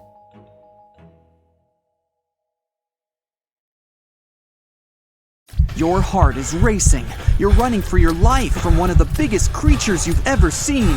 A giant reptile on 2 legs, sprinting right behind you. You hear the sound of a raging river next to you, but decide not to jump in. Thick leaves and bushes keep blocking your path, and you keep getting stuck in the mud. Everything around you is out to get you, and there's nowhere to hide. You spot a hollowed-out tree trunk and crawl inside. Whatever's out there is getting closer and closer. You hear deep guttural breathing and huge stomping. It's getting closer. You see a large tail from a crack in the tree trunk, swinging and knocking down bushes and small trees. Whatever it is, it's sniffing you out like those dogs at the airport. And right next to your face are giant bugs the size of a house cat. Perfect. You've always been scared to even look at crawly little things, but this one's so close and so big, you can actually see its facial features. It's looking at you like you're the alien. You want to scream, but can't. Then, out of the darkness, more bugs. They're curious things, flicking their antennas all over your body. Okay, this is too much. A bug is one thing, but now, a giant centipede thing is crawling your way. Its fangs are the size of your thumb. You dart out of the tree trunk and come face to face with a giant monster. It stops and stares at you, knowing you have no place to go. Claws and teeth the size of bowling pins. That's enough to keep you up at night. It's getting ready to charge right at you. Welcome to the most dangerous period and area in history for a human, the mid-Cretaceous Sahara. This place was thriving around 100 million years ago in what would now be North Africa. Back then, the continents were all arranged differently, and the weather was wild. Extreme storms were pretty common, and temperatures would rise and fall like a Mexican wave at a soccer stadium. Then, sea levels started to rise. Water flooded the Kem region, an area between modern-day Algeria and Morocco. Over the next millions of years, asteroids, volcanic eruptions, and other natural disasters wiped out everything else. Bye-bye, dinosaurs. Thanks for playing. You probably think of the Sahara as one of the most inhospitable places on Earth. But back when it had trees and rivers, it was even more dangerous. The famous River of Giants was a huge river system that stretched from modern-day Egypt all the way to Morocco. The land was flat and not much vegetation grew there, but it was enough for life to exist. Frightening, scary life. That creature you're staring at, it's a giant, scary-looking theropod, and it's out to get you. Imagine a T-Rex-like dinosaur that's more than 32 feet tall and has an epic jawline. Scary stuff. They were the top dogs in the food chain back then. And that's why this place and period in history was so unique. The entire area had an incredible imbalance between hungry dinos and poor little dino snacks. There wasn't enough food to go around. Scientists were never able to find much evidence of herbivores.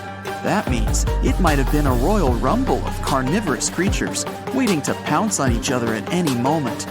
So, after a while of having a stare-down contest with a giant theropod, a shadow creeps up on you from behind. You're too scared to turn around, but the growling is louder than anything you've ever heard. It shakes you to the core. You turn around and see a Spinosaurus, and that's about all you can see.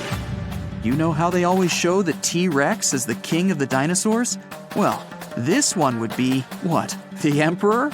It stands about 50 feet tall and has a sail of scales on its back, the size of a regular human. Then add in a crocodile-style snout with razor-sharp teeth and some short, powerful legs. Its diet mainly consists of river fish, but it's looking at you like you're a delicious fish taco. The two alphas are now in a standoff, with you stuck in the middle. But before you close your eyes and get ready to be eaten, they begin fighting each other, knocking down trees. You tiptoe your way out of there and run. The further you go, the better, right? Wrong. Not here, because everywhere you go, there's going to be something dangerous. During this period, there was danger in the sky, in the water, and on land. There were small mammals scurrying around here and there, but they mostly stayed in the shadows to avoid danger. After 5 minutes of running as fast as humanly possible, you make it out of the forest and onto an open plain. Bad move. Now there's nowhere to hide. Suddenly, you hear another shriek. You look behind you. Nothing. It's just short grass everywhere. Then you tilt your head up to the sky and see what looks like a giant bird. Only these are technically flying crocodiles. There were plenty of huge pterosaurs that ruled the skies. Alanqua saharica was a flying reptile that may have eaten fish in the river. Those fish must have been tasty. It had a huge wingspan and long, slender jaws. Oh, and it was the size of a small bus. This one found you and is racing down to catch you. You run for your life, again. And this time, there's no place to hide. Suddenly, you feel talons grasping onto you and you're lifted off the ground. You soar up. If you weren't scared out of your mind, you might have noticed how beautiful the giant river channels below you are. The Alanqua maneuvers like a fighter jet, headed for the mountains, dodging all obstacles. You see a large nest with some mini beasts in it. They're hungry and as large as you. Not a great combination. You try to break free, but it's impossible. The creature drops you in the middle of the nest and flies off. You try to cover yourself, but the little ones keep pecking away. It's only a matter of time before it's too late. You look down below you and see the river. You can't tell how deep it is, but it's got a really strong current. You're out of options. You dive into the raging river and get dragged along with the current. Safe for now-ish. Imagine it's 2021. You're walking along one of the hottest and driest places on Earth, the middle of the Sahara Desert, only to find fossils of oversized fish.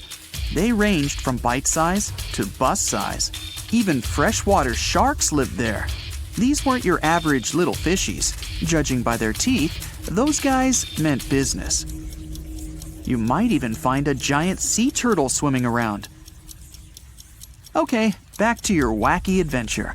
Luckily, you wash up on a safe sandy part of the river where you're able to relax. You drink some river water and try to find a safe place to make camp. Every noise you hear makes you jump. You sit down and try to enjoy the calmness of ancient Earth. Just when you feel you can finally catch your breath, you see a Spinosaurus walking along the river on the prowl. You run off and hide under a bush. It passes you by. You're safe. Or not. It turns, shakes the bushes, and sees you. Just then, a large boom scares it away. It's the sound of you jolting awake. You turn on the light and see your cat staring at you. Those dinosaurs seem so real, probably because of that documentary you were watching right before bed. The entire mid-Cretaceous ecosystem depended on rivers for daily life. Just like all ancient civilizations, rivers were essential for the creatures of the time. And very recently, scientists discovered a new species of snakes that went extinct back then, with no known descendants. To understand these ancient ecosystems, it's important to know a lot about fossils. You might find two different fossils side by side, but those animals might have lived millions of years apart. You decided to go scuba diving for the first time. The water is clear and the sun is shining on the seabed. You take a few selfies and the fish swimming by when suddenly the ocean goes pitch black. You look up and, oh my, what is that gigantic animal? It's definitely not a shark, not a whale. Is it a turtle? Yup, but fear not, it's not gonna hurt you. If you had lived on this same Earth about 72 million years ago, then maybe this could have really happened to you. Scientists have recently found the fossils of a gigantic marine turtle that could have grown as big as 12 feet. If you don't have any idea of how big that is, let's see some examples. That's the average length of a hippopotamus, 6 golden retrievers, or 2 Michael Jordans stacked on top of each other. The turtle's scientific name is an homage to that old-school sea monster called Leviathan. Maybe you remember this from old-school history lessons.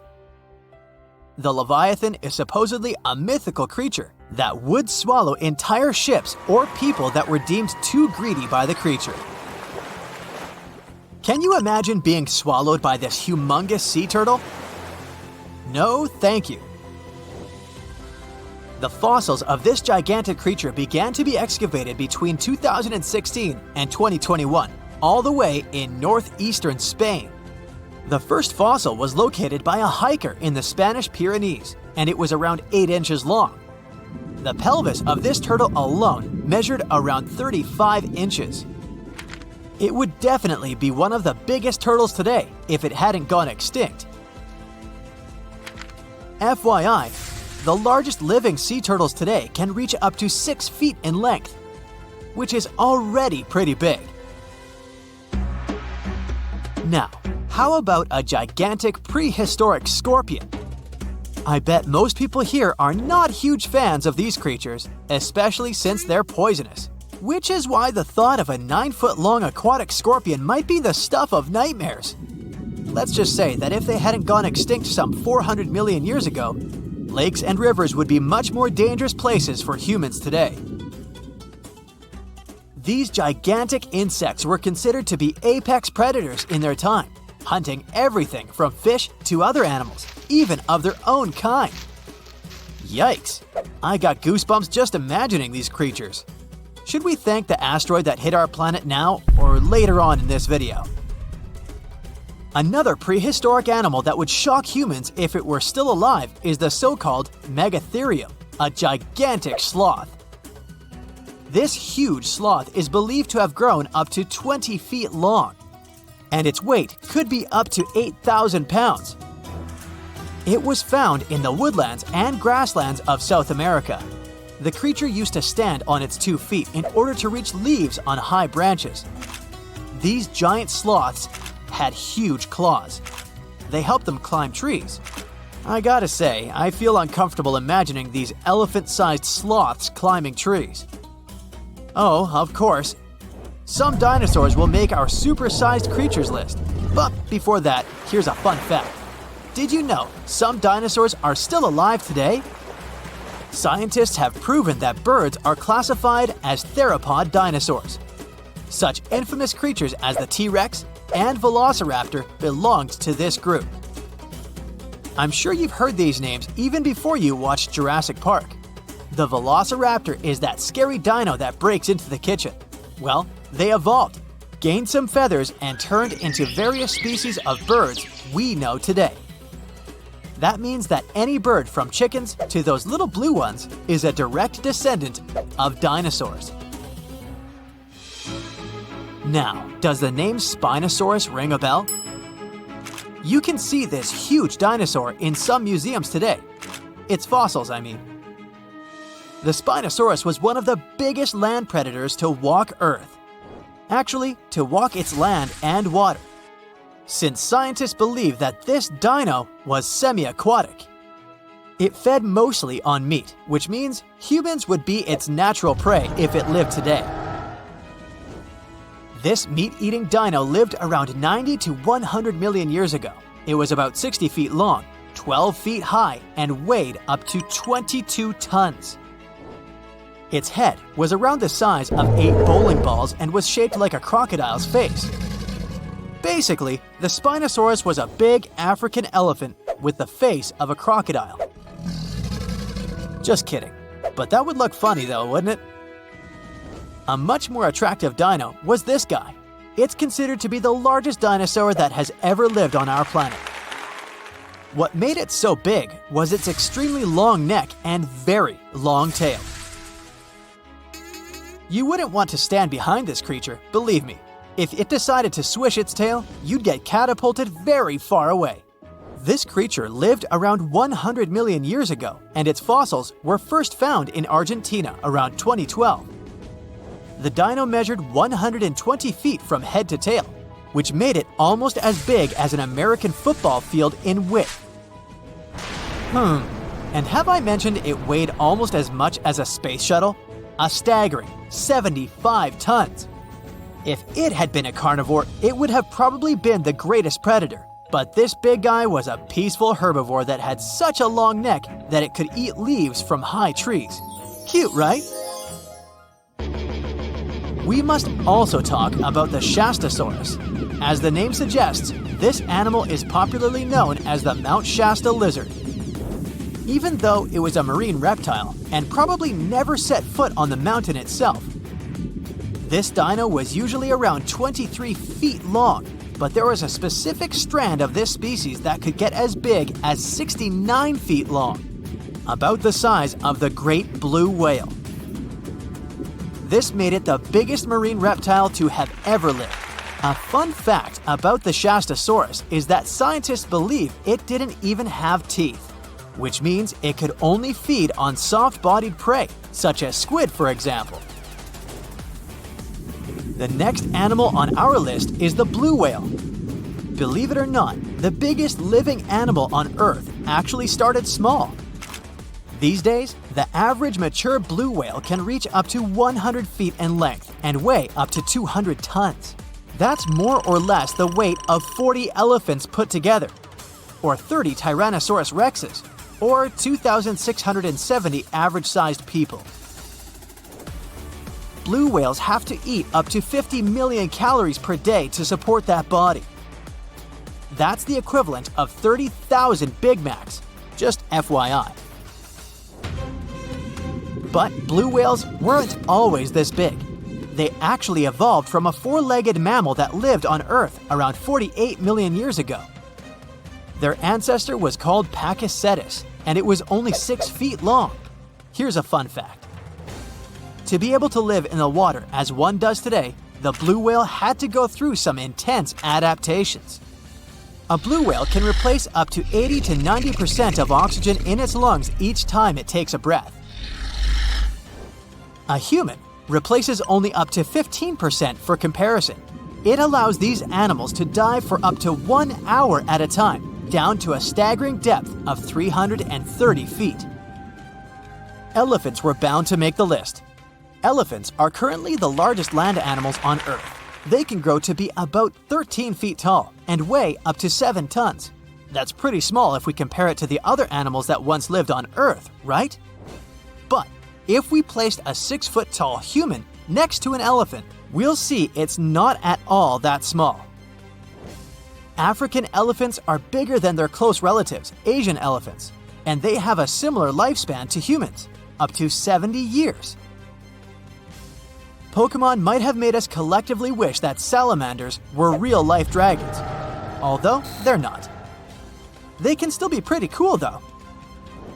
There's a giant species of salamander that is known to be the largest living amphibian. They can grow to be as long as a regular-sized human, reaching up to 6 feet. I bet that wouldn't be a pleasant underwater encounter. Now, if Earth's history were a movie, we humans would only take up the last second of the end credits. Our planet has been around for about 4.6 billion years, but our human story began about 300,000 years ago in Africa. Now, our ancestors had some wild adventures in nature. They could have run into creatures so big they'd make today's elephants look like puppies. The woolly mammoth is a pretty famous animal, sure. His cousin, though, the Columbian mammoth, not so much. This giant used to roam places from Canada all the way down to Mexico. Unlike the furrier woolly mammoths, which hung out in colder places, these animals had shorter hair, resembling huge elephants. They also had incredibly large tusks, like 12 feet worth of spiraling, sturdy tusks. And they weren't just for show, they came in handy when facing predators. That includes our ancestors. If you think about sloths these days, you're picturing these adorably slow creatures. They couldn't possibly be in your list of most dangerous animals. Well, their grandparents might have. For starters, we call them ground sloths, and they vary a lot in size. Some were as big as rhinos, and others, like the Megatherium, were as colossal as elephants.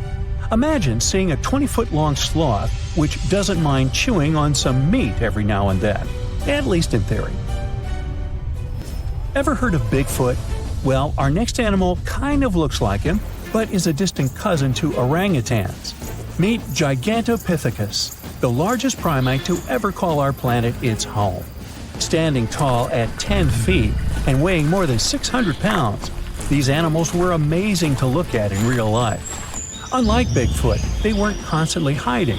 In fact, it's believed they were peaceful and gentle creatures. Sadly, they faded away about 100,000 years ago, mainly because their food sources slowly became unavailable.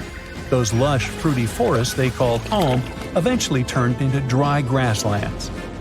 Next on our list is the cave hyena. Weighing a chunky 250 pounds and standing 3 feet tall, these beasts were as long as a grown-up lying down. What's even more interesting about these creatures is that they loved hanging out in groups. A pack could be as big as 30 of these animals, which meant they could easily take on even the biggest, heaviest mastodons. Our ancient families would have needed to stay alert around these hungry specimens. Sadly for these hyenas about 20,000 years ago, their numbers started going down. Soon enough, they completely disappeared from the planet. Quick pop quiz. What's called a tiger but isn't really one? It's the saber-toothed tiger. I mean, sure, they belong to the feline family, but they aren't technically tigers. First appearing around 42 million years ago, in July, I think. Many of their kind were gone before we even showed up. However, early Americans might have bumped into a couple of specimens from this group. If that really happened, it would have been quite the encounter. Think of the biggest wild lion today or the hefty Siberian tiger. These big cats also had some incredible features hidden in their fur. They were good at sneaking around, hiding, and pouncing on mammoths bigger than themselves. Their bite wasn't that strong, but they could open their jaws wide, like twice as much as a lion. And although their teeth were a bit on the weak side, they had buff forearms to pin down their dinner, giving those big fangs a purpose. Not the kind of kitty you'd want to play with. Dire wolves made their debut about 250,000 years ago. They were like the gray wolves we know today, but a lot stronger. While wolves these days stretch out to about 6 feet and tip the scales at 170 pounds max, dire wolves were about 5 feet and about 150 pounds. Found all over North and South America, they had admirable jaws, biting nearly a third harder than their modern counterparts. Also, their favorite snack was horses. But just like many other majestic beasts of the past, they faded away around 10,000 years ago. Now, names can be deceiving. Take the American lion, for example. It's not really a lion, it's more of a panther's big cousin. The other part of the name is correct, though. They did live in America about 330,000 years ago. This feline was no lap cat either. They were at the top of the wildcat pyramid, weighing a colossal 772 pounds. That's like stacking 4 grown men on a scale.